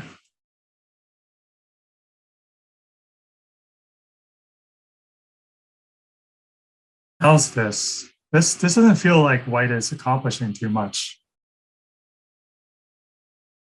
And we're not really afraid of white running with the 0-3 stone because we've already gotten the right side, I guess. Right, and this earlier exchange also doesn't look good for white. If we wanted to force that variation, then we could just clamp, right? And this is to be expected. So yeah, choosing this move would, I don't think KataGo would make a decision directly. It might continue here, for example.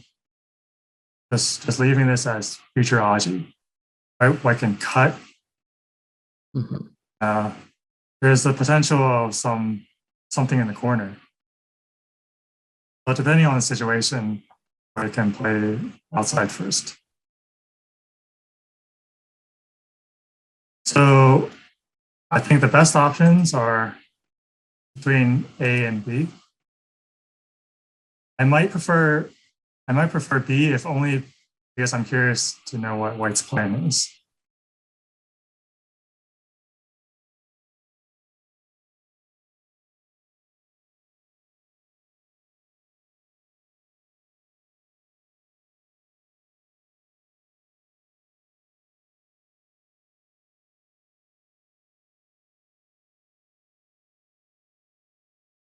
What about a move like S6 here?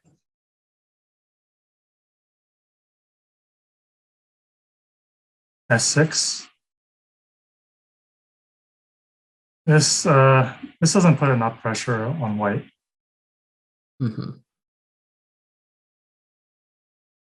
I'm not sure of the exact follow-up. I guess it just looks a little too loose. Right. Okay, so we have clamped.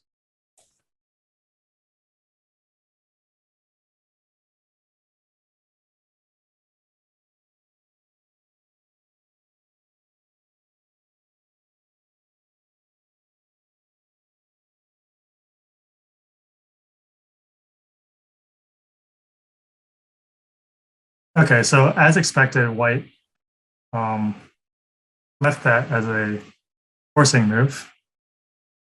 And now as black, I think we don't really have any option besides turning. Do you think if we play this one, this is a nasty ko I take advantage of. And just for example, if this were to happen, I could be in a pretty awful spot. So to prevent that from happening, we would have to disconnect here. And that would allow white to separate this black group, which is what we want to prevent in the first place. Yeah, it feels like we're just getting attacked like this. It sucks because we have twice as many stones, but we can't really do anything about it because white's just so thick. Right. If this were to happen, we would have no choice but to try and kill white. For example, something like this. But I think we have enough experience to know that this probably won't work. Yeah, Kata won't mess this up. And there's also white doesn't necessarily have to play this one. This might be possible too. Well, I don't know about that. But hey, this could be kind of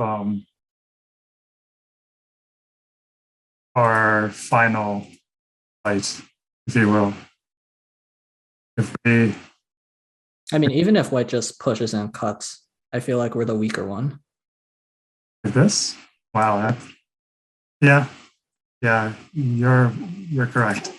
Because this white group can live anytime like that.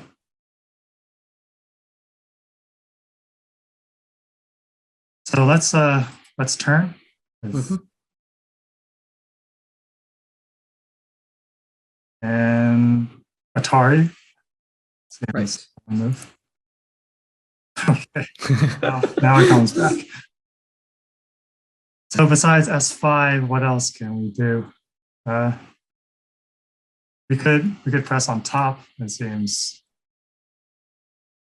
probably won't work out well. We have this cutting point.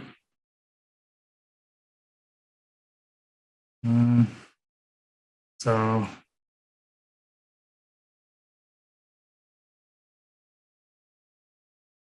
let's go ahead and block on the bottom.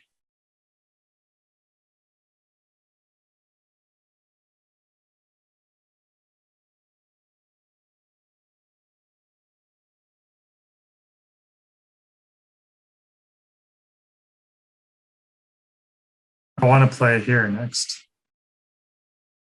So we're going to expect this exchange to happen.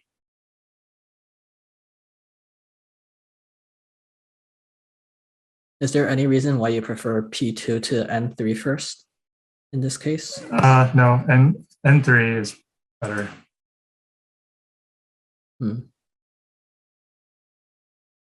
So if white connects here, if we want to kill, we have to play this one. Looks a little scary. I don't know if we want to be so fancy. We could just play this one. I don't think we can really kill white, right? Because white can still escape out the other side. How exactly, though? Let's say 04. 04, like this? Oh, can you do that?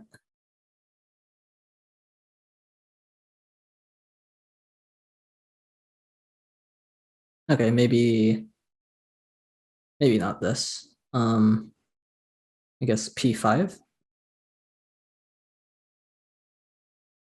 Yeah, white feels pretty heavy though. Assuming white wants to save all these stones. White White has a cut, right? S4. And if that is true. Yeah. So we probably have to play like this. We could also just force white to live. But white has destroyed a lot of territory in this variation. But I don't think we have much choice other than playing that. If we were to defend like this would be kind of unbearable. And white would be alive. So we can play here. N3. Okay. And then P2.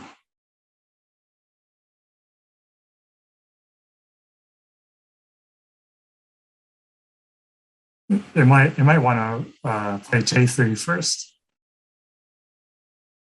Or not. Does white want P3? Is that what it is? So the point being that if we capture, then yeah, white can Atari and get. It might be looking sent at right this.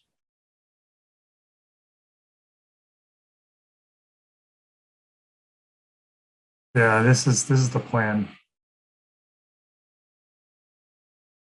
I feel like this is actually fine for us though, because if we just take the two stones, then we got really thick on the right side. We can just give it up. But white destroyed the territory in Sente. Pretty big.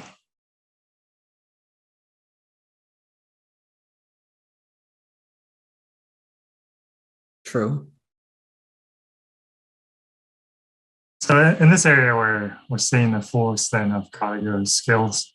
So I feel like we have to capture though, right? I if we just connect, then white just capture the stone and ladder. yeah. Okay. I think we'll concede that KataGo is the better player.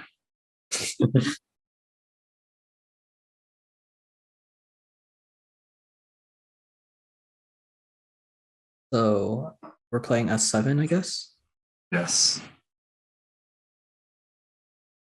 Yeah, so white doesn't even want to play such crude exchanges.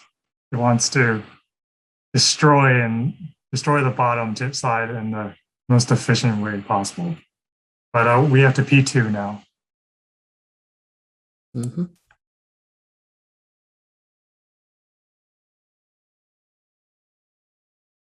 Now it's asking whether we want to connect or take. If we connect, then it comes back to connect here. And if we want to kill, then white just plays something like this.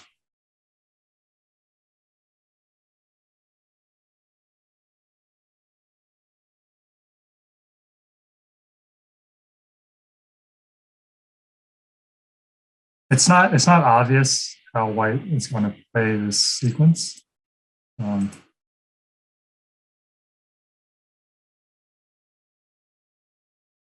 But the key point is white will be able to live, right? With the Sente, this is just a live group.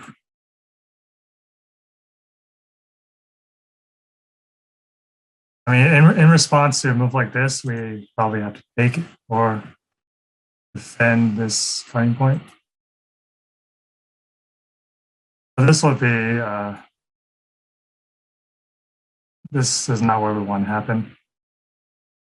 So I think we have no choice but to take the stone. Just to keep up this illusion of an attack. That's connect.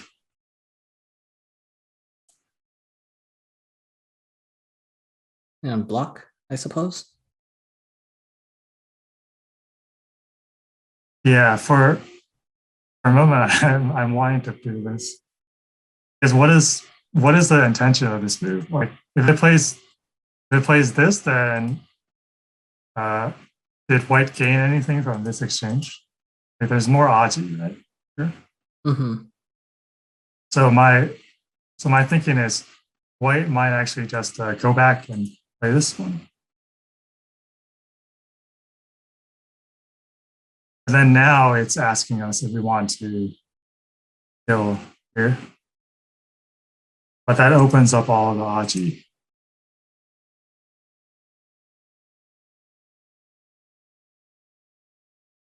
Yeah, this must be what KataGo is thinking.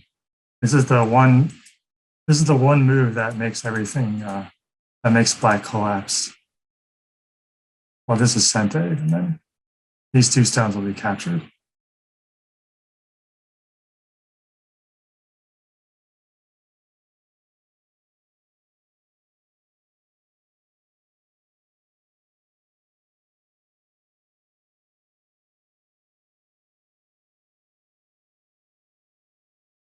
I don't think we have any other moves though, right? Or is H2 actually possible here?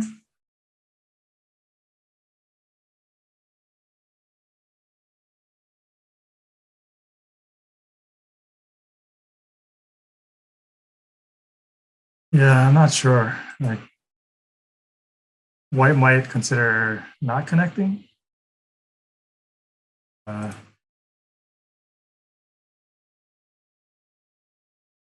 If we play here, then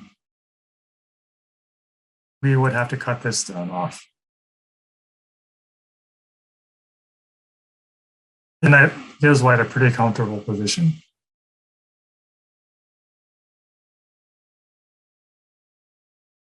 kind of a Sophie's choice situation for us.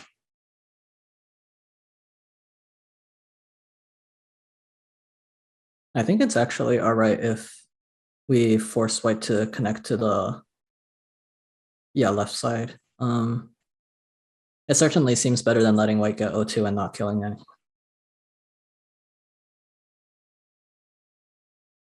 If we play here, then white's not going to play here, right? White is going to.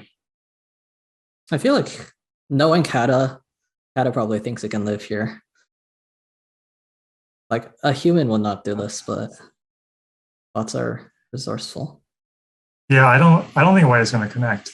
I think white is jump maybe or yeah, maybe do something else. Yeah. Yeah, I think we have to play here to have a chance to stay in the game. Okay.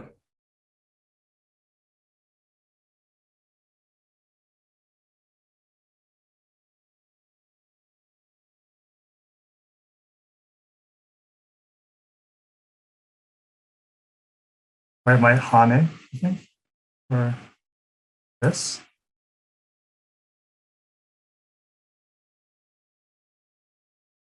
White's thinking a bit. That might be a good sign. Okay, you were right. You were right. It does want to connect here.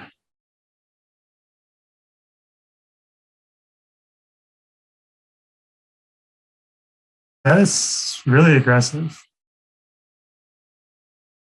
I guess we just have to try and kill it now. Yeah. So what are our options here? Play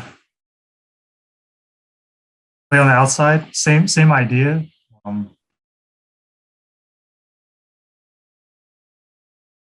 I think this might be preferable because even if white plays next here, this is still dead.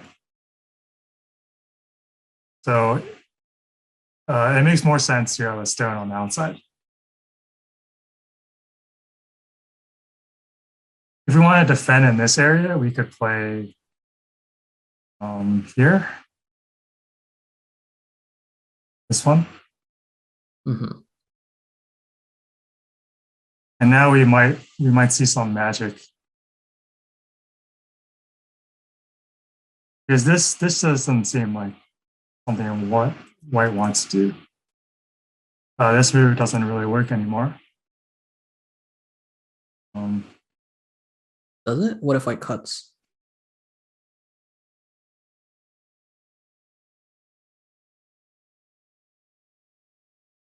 Oh, right. So white would have a crap load of liberties on the bottom and then turn yes. and then kill us. So we can't play like that. We would have to just defend. And something like this.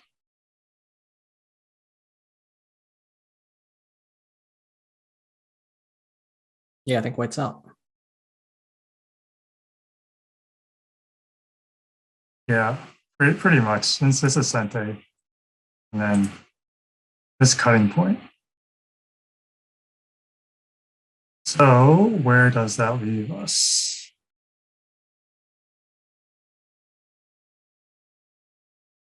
I think as a result, we have to play here.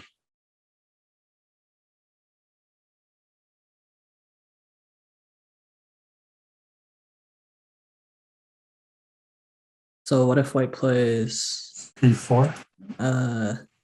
Something. Yeah, something in this area. I don't think we can really kill it, right? Yeah, we can try something.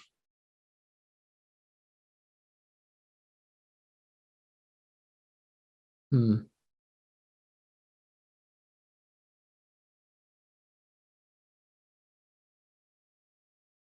There's some co-potential.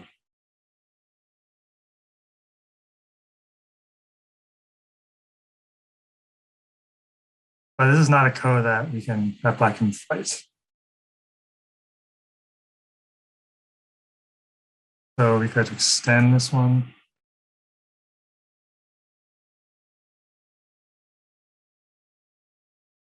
goal is just to seal white in. I'm pretty skeptical, to be honest. I think white can even Atari instead. Huh? This one? Yes. Right, so we would have to defend the corner first. And that Yeah. white kind of go.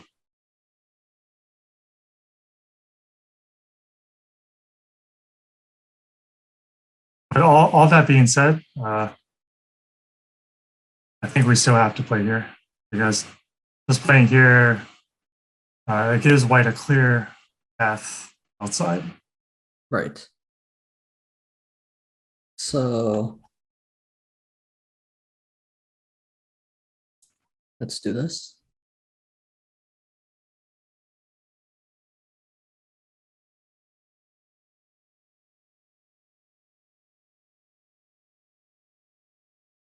So it still likes this move.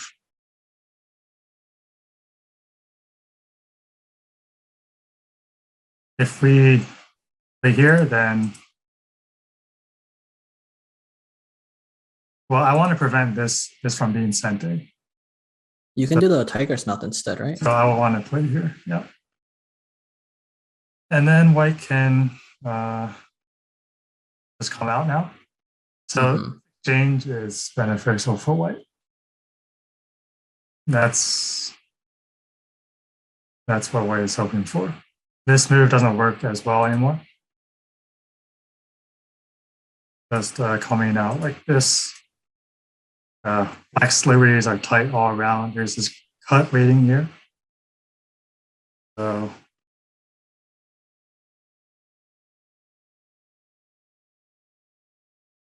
what else might we think about? Let's say 06, yeah.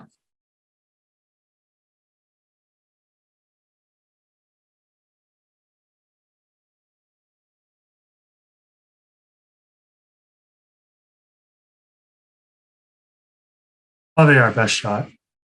White has probably something like this.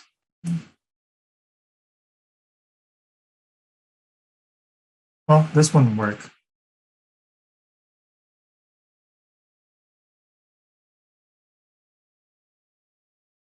Yeah, we could also honey, but then this cut seems painful to deal with. How so? Well, how do we respond? We Atari, right? And play Right. here. So I guess white can just P4 and then we can't really seal white in. Right. I can just jump out. So extending gives white less forcing moves in this area.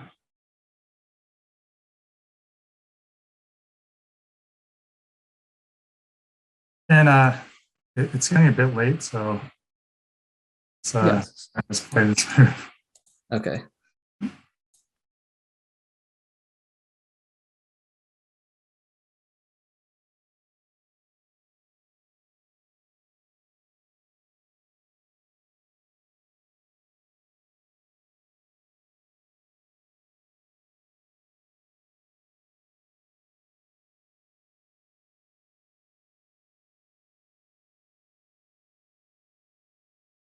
Okay, so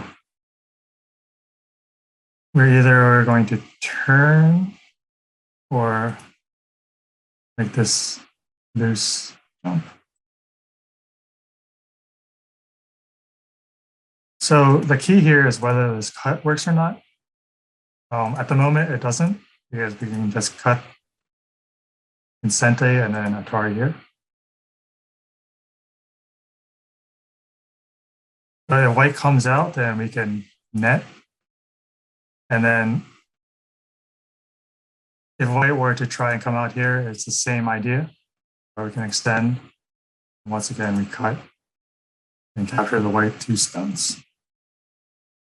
So do we want to give chat the options between M6 and N6? Sure. A or B.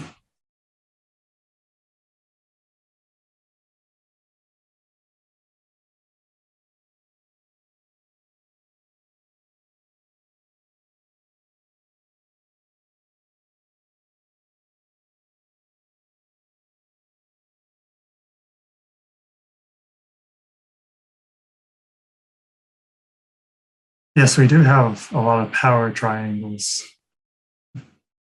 Thank you, Claire Yang, for pointing that out.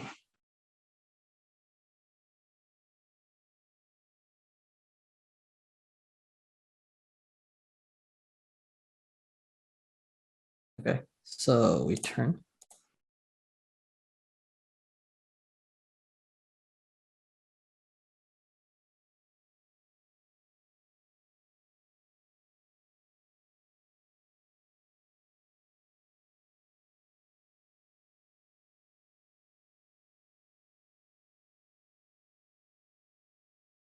I guess the shape here is to tiger's mouth because we don't want to give P3 Sente as well. That's right. Ooh. So we don't want to connect because that would just let white live. Well, at least give white a shape where it's difficult to seal in.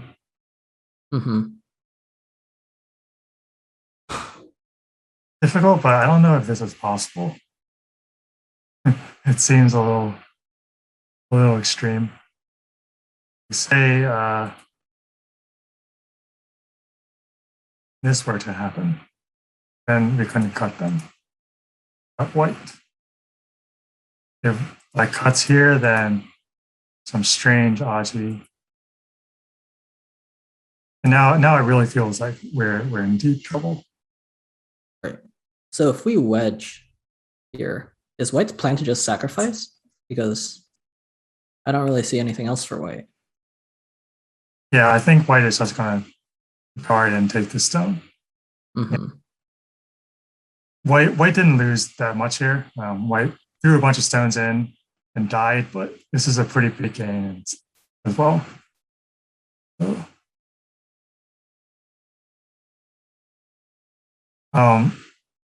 instead of wedging, black can also Atari. This is a bit more aggressive, but we would have to come back and protect the double Atari.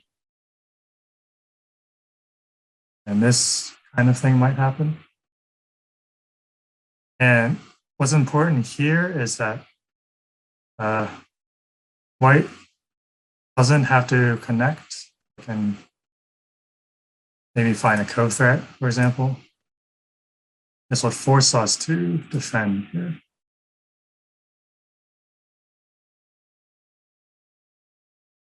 I don't actually know what the hell white's plan is at this point. We're just speculating. Yeah, I think it's between Atari and wedge. Wedging just feels a bit too passive to me.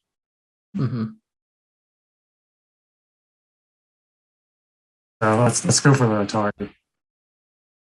All right. Wait just a second before we do that. So white can Atari first, right? Yes. Good.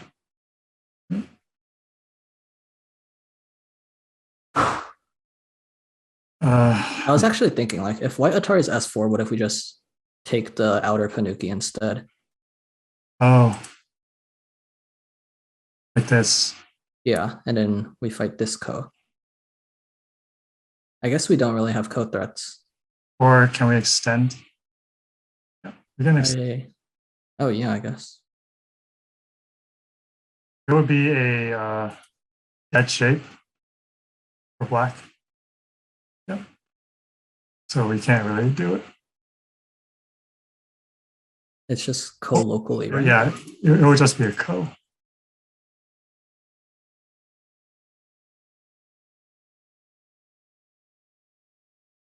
This doesn't feel like a KataGo move to me. Just align the Panuki. I feel like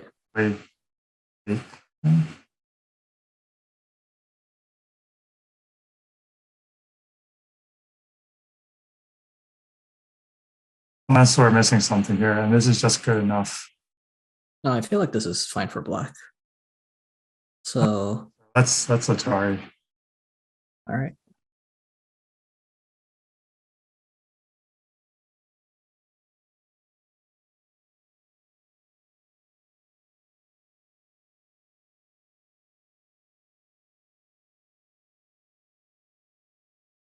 So because of this idea, if white takes S6, can we also Atari Q7? Yes. The white connects, then we come back and connect.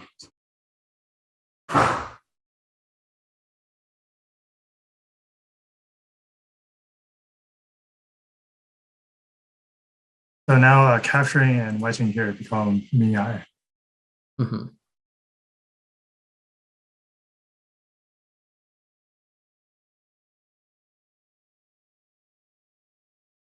Okay, so white is planning something in this area. I want to Hane on the outside.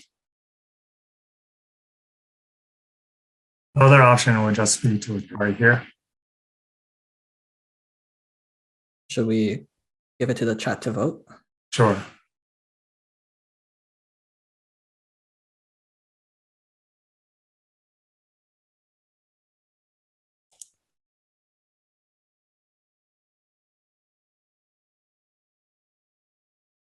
So what's the point behind a double Hane? I'm not really understanding this move. I think there's some possible shortage of liberties with these 3 stones. Yeah, I don't really see white mention either. Mm-hmm. I think it kind of feels like white is preferring to sacrifice. So perhaps this exchange makes this wedge less comfortable because shortage of liberties again, something like that. Mm-hmm. Yeah, so the options will be M5 and M7. Right, these two.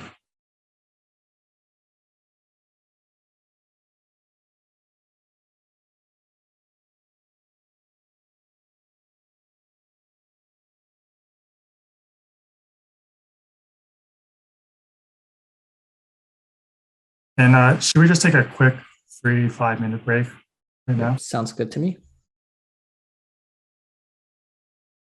All right, and we're back. So the result of our last vote. Oh, what did we decide on? I didn't see the result. Are we Haneing? Okay, it's chat says A. Okay. Super. So I think because the fight is so complicated, we're just going to play through the rest of the game and explain our thought processes along the way. And hopefully we won't die too quickly. But yeah, we'll see how it goes.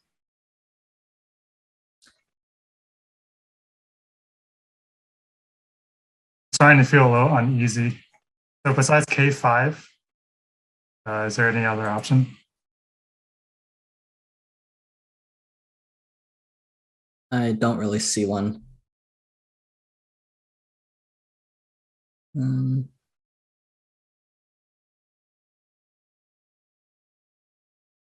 Maybe L7, but and then we connect. I'm not sure if it's a good exchange.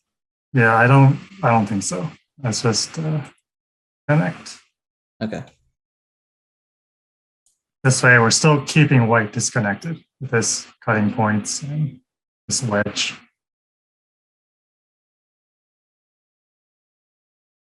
So it does want to play this one. All right, so let's take the Panuki. Mm-hmm. Feels good, at least. You have to extend, right? Yeah, and this is better than the Atari because the Ko Like if we Atari, then White has very White has a lot of co-threats and can start the S potential. Yeah. Like this one, for example. Mm-hmm. Yeah, so I could start the co and then do this.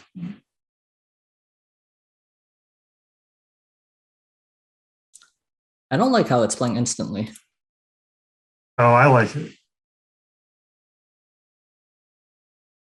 It means, well, when it plays instantly, it usually means we've lost already. But yeah, that is okay. So do we cut? Yeah, I think so. Um, are there any other? I'm just thinking if there's any other options on the You could outside press on top first and then cut. Yeah, Right. but Great plan. We don't need that exchange. yeah, I think we can just cut. Wow. Really? But this is Um, not alive. I yeah. guess he doesn't care about moving. He just wants to. So it's surprising because we were expecting White to try to live somehow, right? And this is almost go day because it doesn't threaten to live in any way. And White still has one eye on the bottom. But what this does threaten is to pull the two stones out. And then there's a potential semi-eye against Black's group. Black can never win. So we have no choice but to kill these two stones. And how do we do this?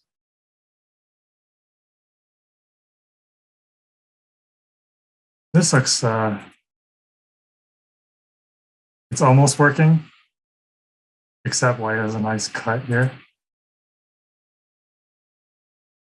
Like this. Mm-hmm. So if Black connects, then White escapes like this. Right. So surprisingly, it's not easy for us to capture the two stones, and that's mainly due to this deep here. After this, there's no way to net. Well, more accurately, there is a way to net, but White can escape with the big group by sacrificing a couple stones. We also don't have much of a choice here. Do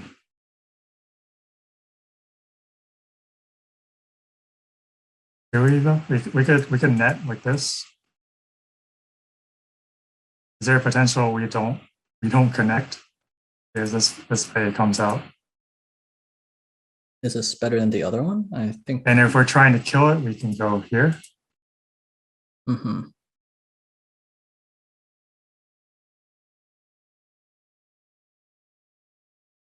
So if we can't kill the two stones, what if we just play some sort of jump? You mean here, right? Something like that. Or yeah.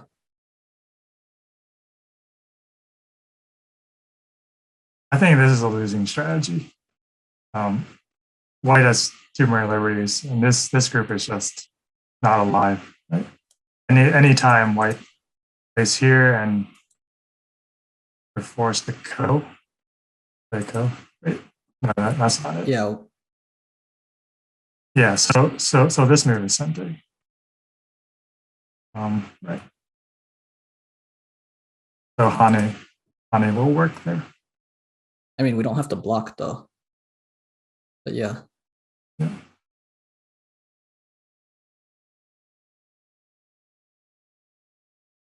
So either here or just here.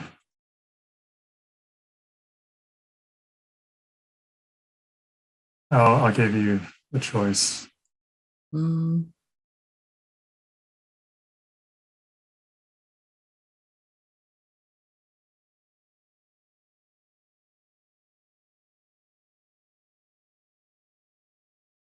they both look pretty bad, but I think L7 maybe.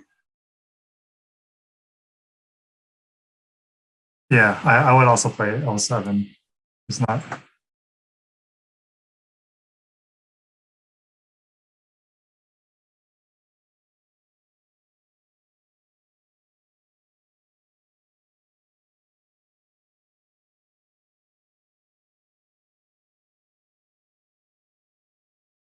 Well, KataGo is not playing instantly anymore.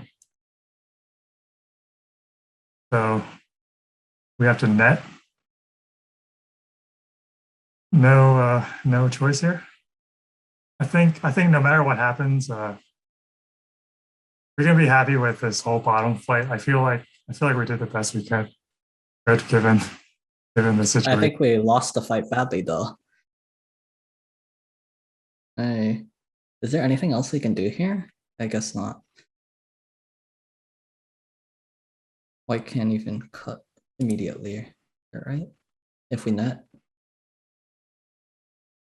We have to net. yeah, I guess. So N7 here, probably. Right.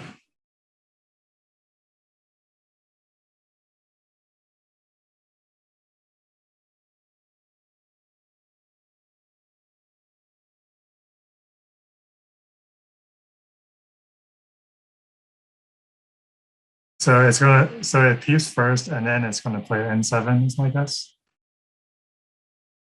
It's a little strange. Yeah, I don't really understand the point.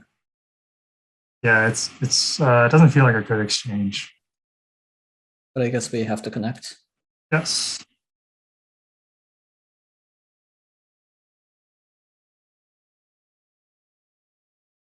Or maybe it just thinks the game is over after white escapes. Right. And So even it though didn't that want to seems like stay. yeah, it seems like it loses a point or so. I mean H6, but it probably Yeah. doesn't.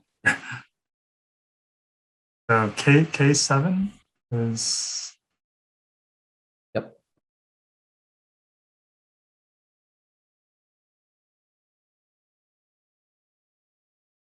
J6 Yeah, this is pretty terrible. forced.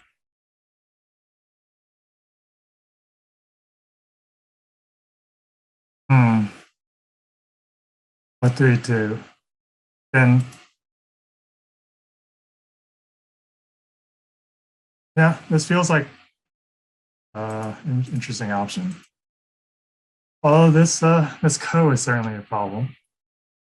We could play here. Stick on white as much as we can. Mm-hmm. There's also the potential of white playing here once white gets. We're all dead. Not much else we can do but to keep fighting. Any other moves? We could play here.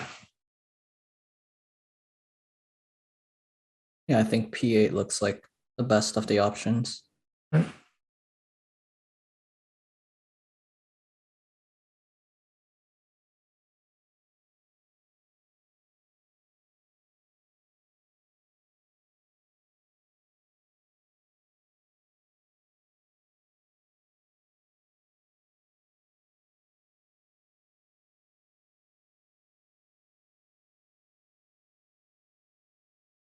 It's either gonna jump or yeah.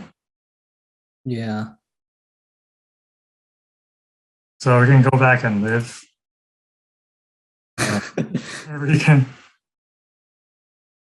try and around the right side. Yeah, I Yeah, I think think we should still try and get some territory. do this. Yeah.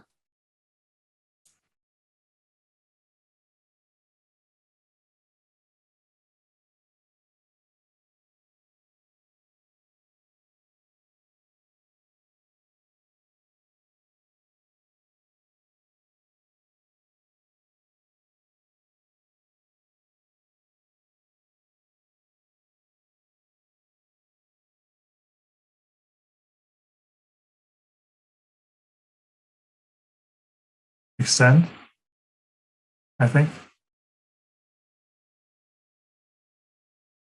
Mm-hmm.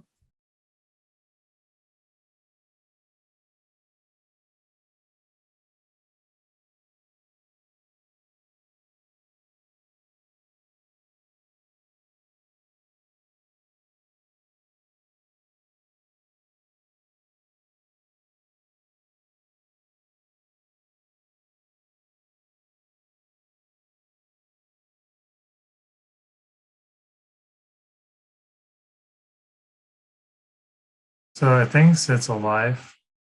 Or yeah, it knows that P1 is always there in case white is actually sealed in. So how do we respond? Play here, then I think white is going to try and live.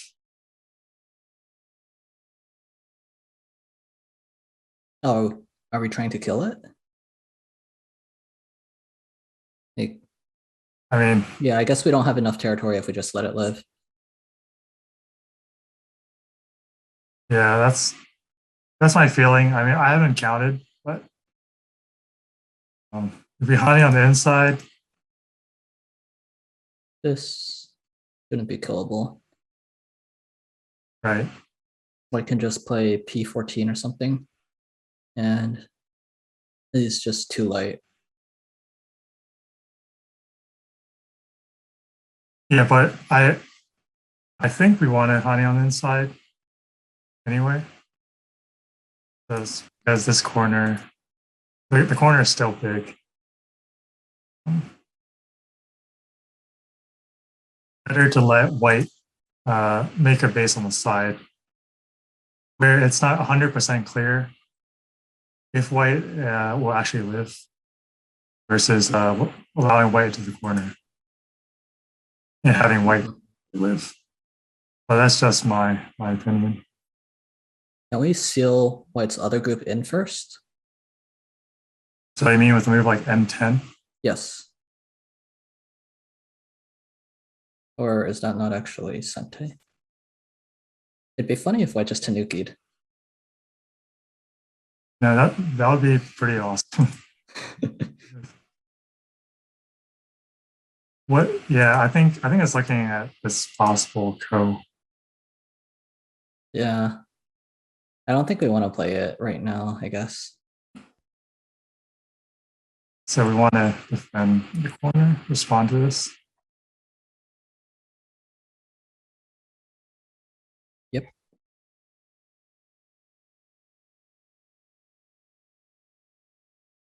Yeah, I think after white makes a living group here, our chances will go down. I wonder if it might have been easier to kill if we had on it on the outside. Whoa. I was not expecting this move. Yeah, this is another interesting one. Um, Usually white doesn't honey on the inside like this. This is a very special case move where white just wants to live. Like, white doesn't care about being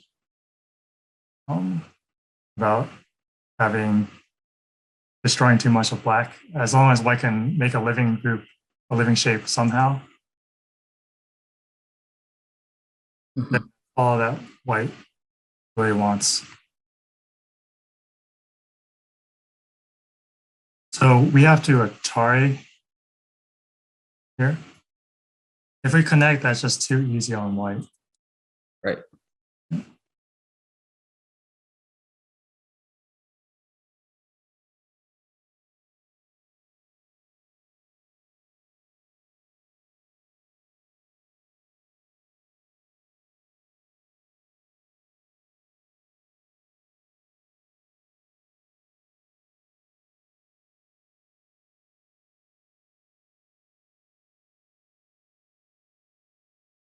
Do we connect at Q17? And then S15 Then we play S18 and white Ataris and jumps. hope for a miracle. Do we have any other options? If we block, then I think this might happen. Yeah, white's just alive here. Yeah. This one. Mm-hmm. For those of you who aren't familiar with the shape, this is a useful sequence to memorize, or at least understand first, then memorize.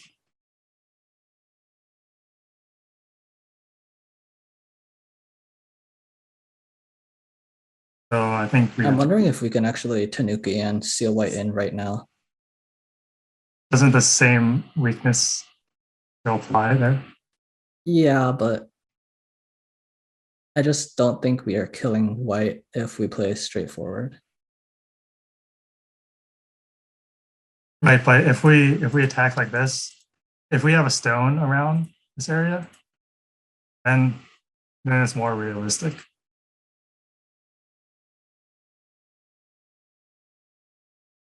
S15, S13 in the chat. I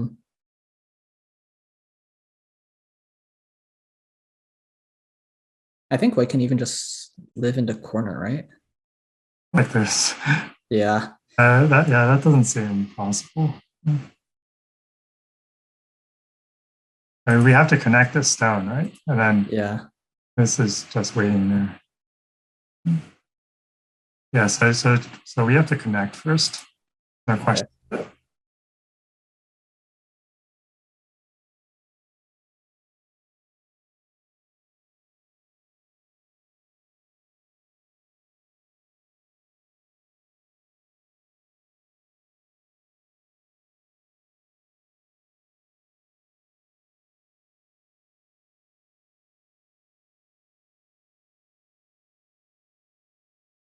And S18.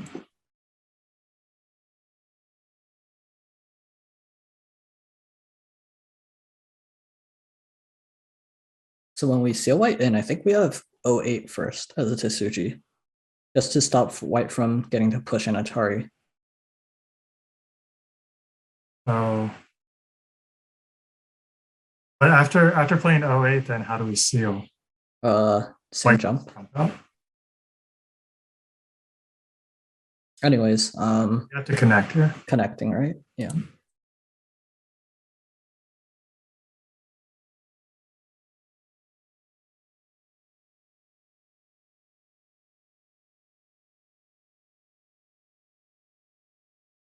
But we'll probably jump. Yep. Later.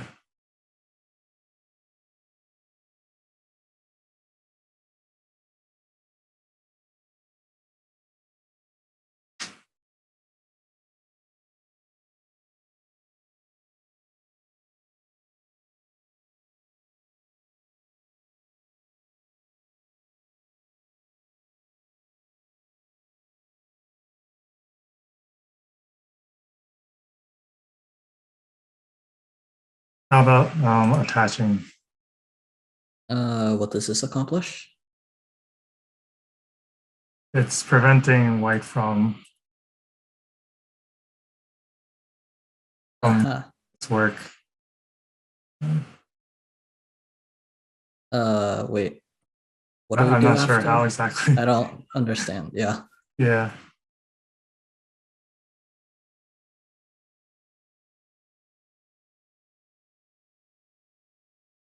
Maybe like S11 and force white to jump out Yeah. because white's not alive locally. Better.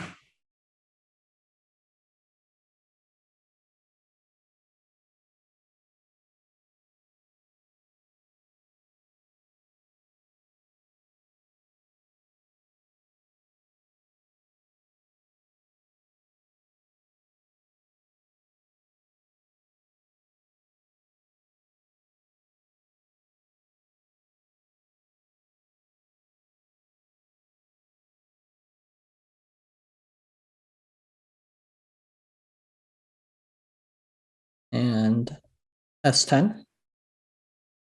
Yes. Extend. And white will probably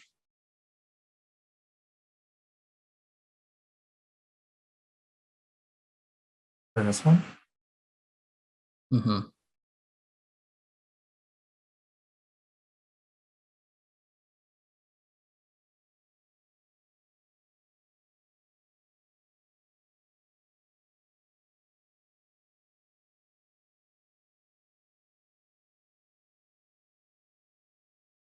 So it wants to get this exchange first before. Right.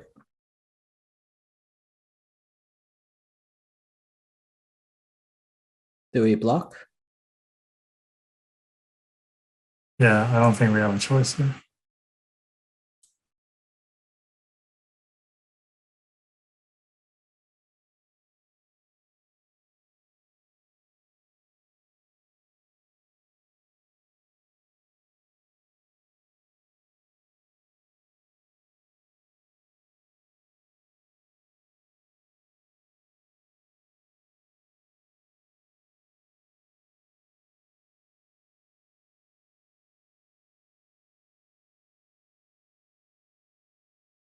Okay, so white goes back here as expected.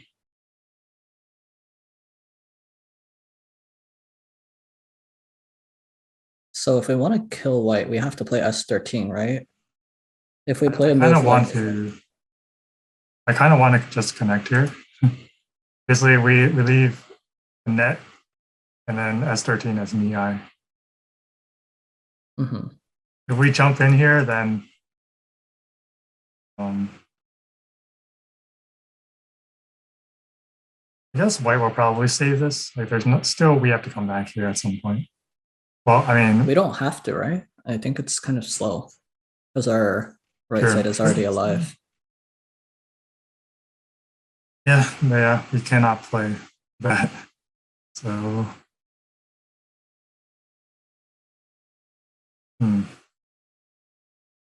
all right, yeah, I think we should go for it. S13. All right. I wonder if white can sacrifice.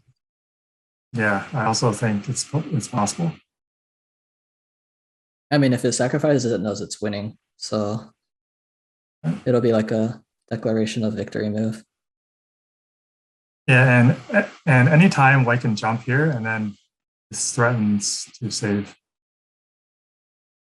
Okay, so E12. Yeah.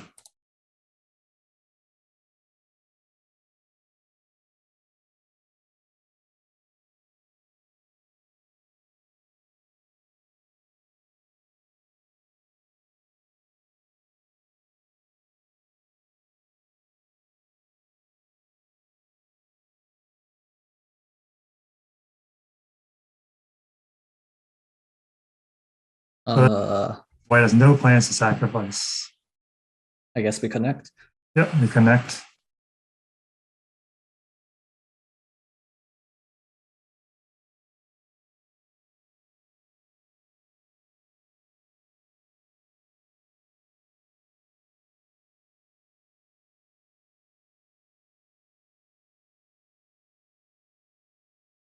What if white is so? How does P13 sound to you?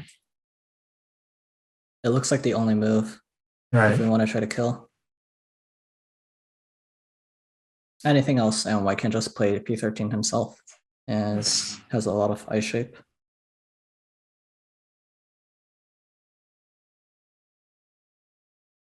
So now that we're nearing the end, just want to quickly mention that Jeremy is also a strong chess player, as well as a poker enthusiast. What do you have to say about that?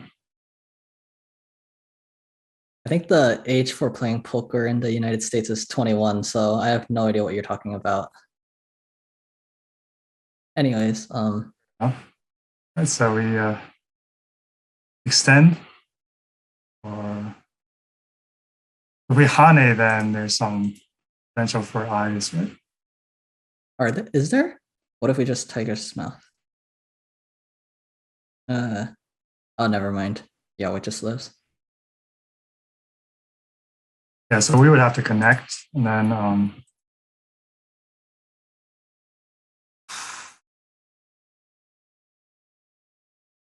yeah, it's still not really clear how white is going to handle this. Just yeah. But I would really want to extend. I mean, it feels like to me at least that it doesn't have much room up there. Yeah. So maybe some cut is going to happen. Yeah, I think this is what white is going to go for. Cut here, and then since we have to remember that this can be like an invisible center for white, then this cut becomes realistic.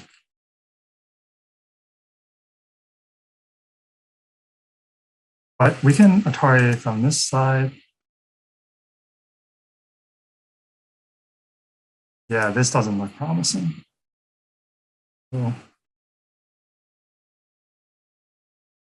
Yeah, it does.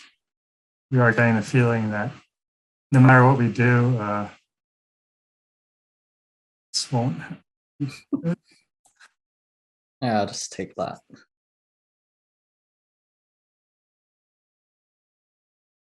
But yeah, continuing from earlier, it is pretty rare among strong players in the U.S. You have, who also play chess. Okay, I'm not predicting these moves very well. What is the plan here? Did we just play something straightforward? Just jump. So obviously, Yes. do that, then Yeah. we die. But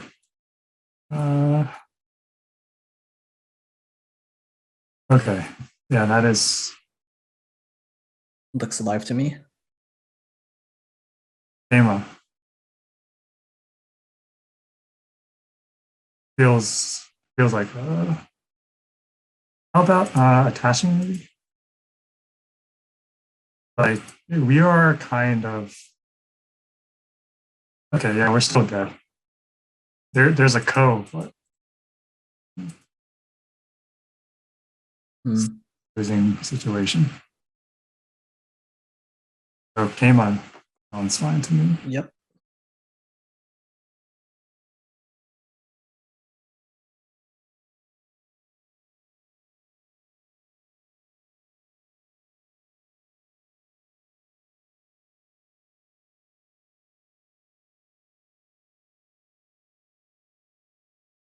I also had a brief stint playing poker for a while. Oh yeah, how did that go? That was not something I'm proud of, but I do have a newfound appreciation for the game. At least, I think it's a game that appeals to a lot of Go players. Yeah, definitely. So can we play 018 here actually? Yeah, I think that's the only move.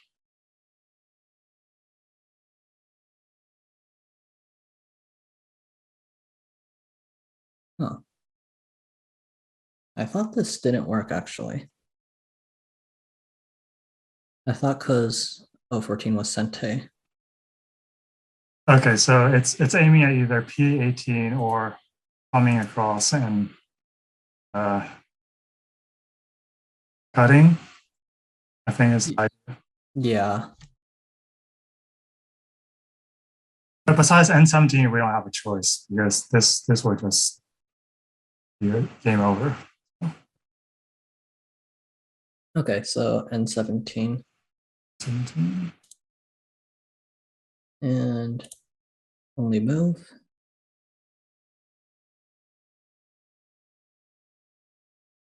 Answer. I guess we don't have a Sente on the against the lower group. Yeah. Yeah, I kind that of wanted an extra entering. move, but we're not that lucky.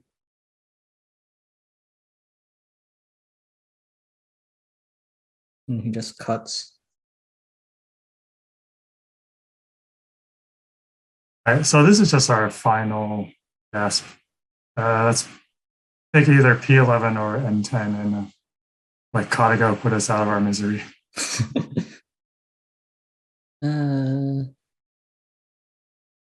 Yeah, let's play P11.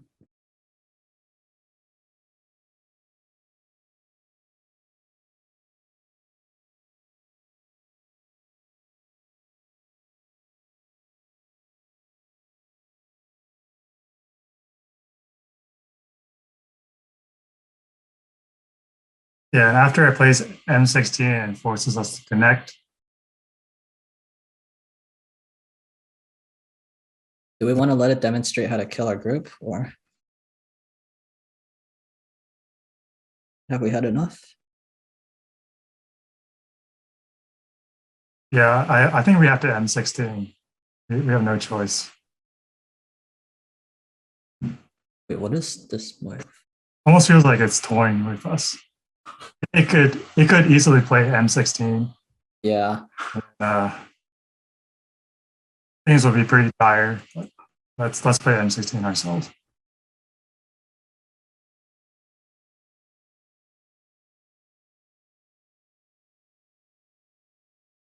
So it's going to start from Q8, and then we connect, and then we'll play SD8.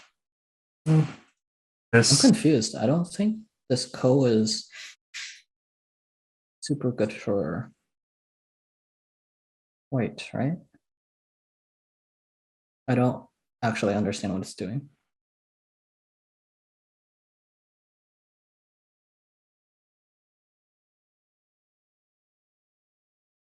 well, the code is good enough in the sense that there's no way for black to win. So we connect.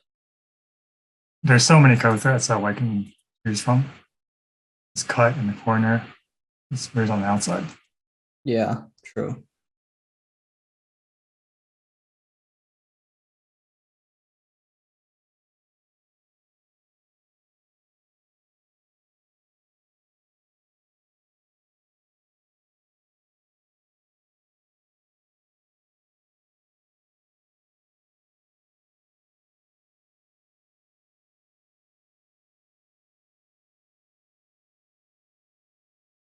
Typical AI playing a code threat before the actual code.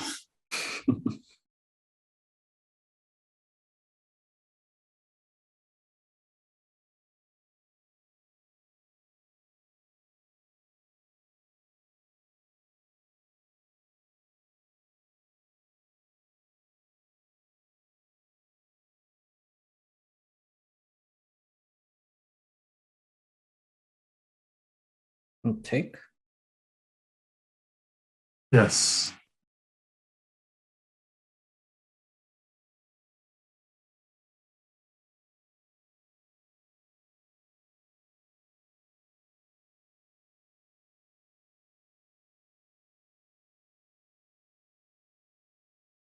Thinking R18 is a code threat. Or maybe N13, this one. Yeah. Yeah, it's not even trying now. It doesn't even want the extra code threats that this would bring.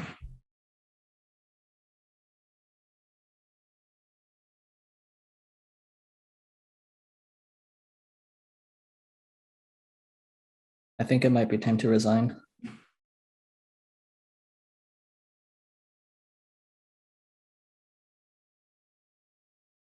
Yeah. Okay. Hmm.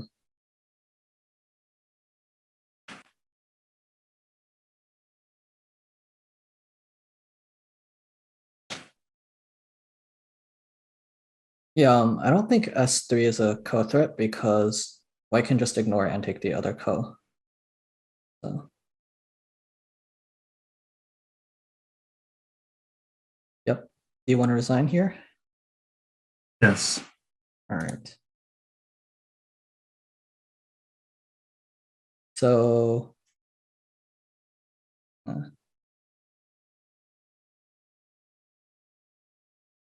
it looks like we were leading all the way up until around move 130-ish, actually. Oh, really? Yeah, I'm kind of surprised, at least by the OGS evaluation. Hmm. Yeah, I guess I'll have to look at the graph later. Because, Yep. um,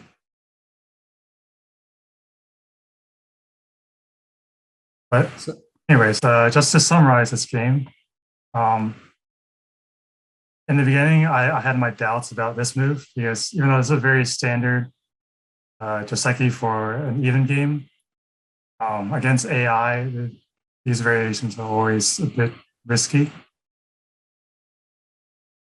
because at any given moment, it can come up with very surprising ideas. So this move was obviously a very far-sighted move. So at this point, Jeremy pointed out that the cut is a very real possibility. However, at the moment, I was pretty oblivious to it. So it just goes to show how sharp AI is. This throw-in is also very interesting.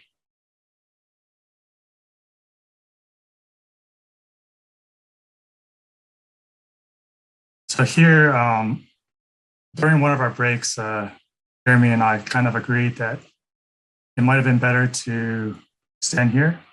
This kind of, it's a point of power, the balance of power between both sides.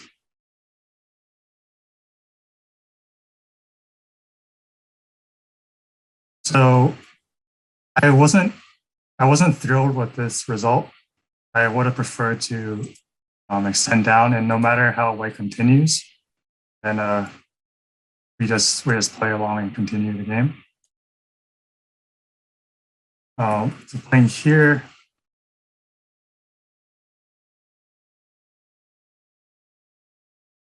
I think in hindsight, we probably should have considered the sacrifice on at E2 a little bit more, just based on how horrible this final result was.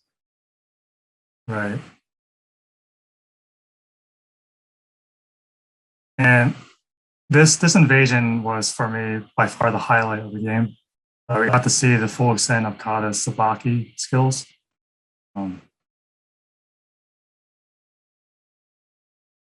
Leaving the Aji on the left, playing on the right, and then going back to the left, depending on our responses. Some seriously high-level stuff.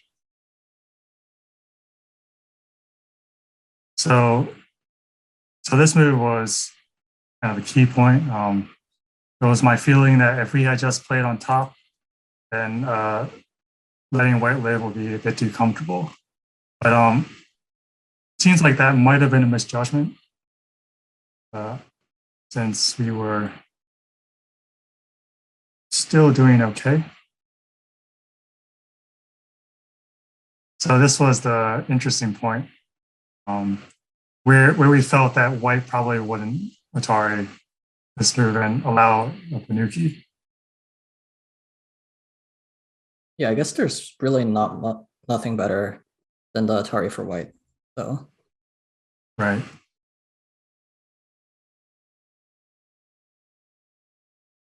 I guess the game was still close up to this point until we tried to kill the white group. Yeah, I think we were a bit pessimistic, and yeah, it seemed like we were losing control at this point. Yeah. I think it's just part of it is the perspective. We don't really play 30-point reverse Komi games all that often.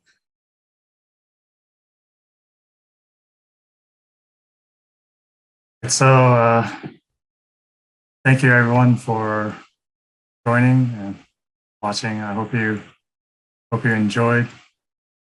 And anyone have any final thoughts, questions?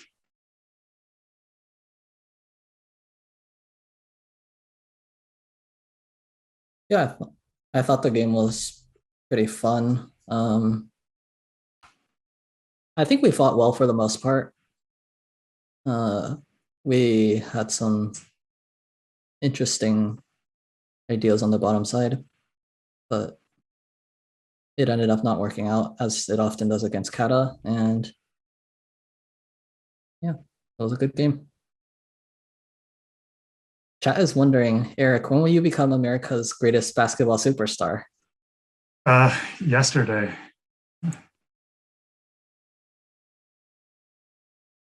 But yeah, thank you for that question. All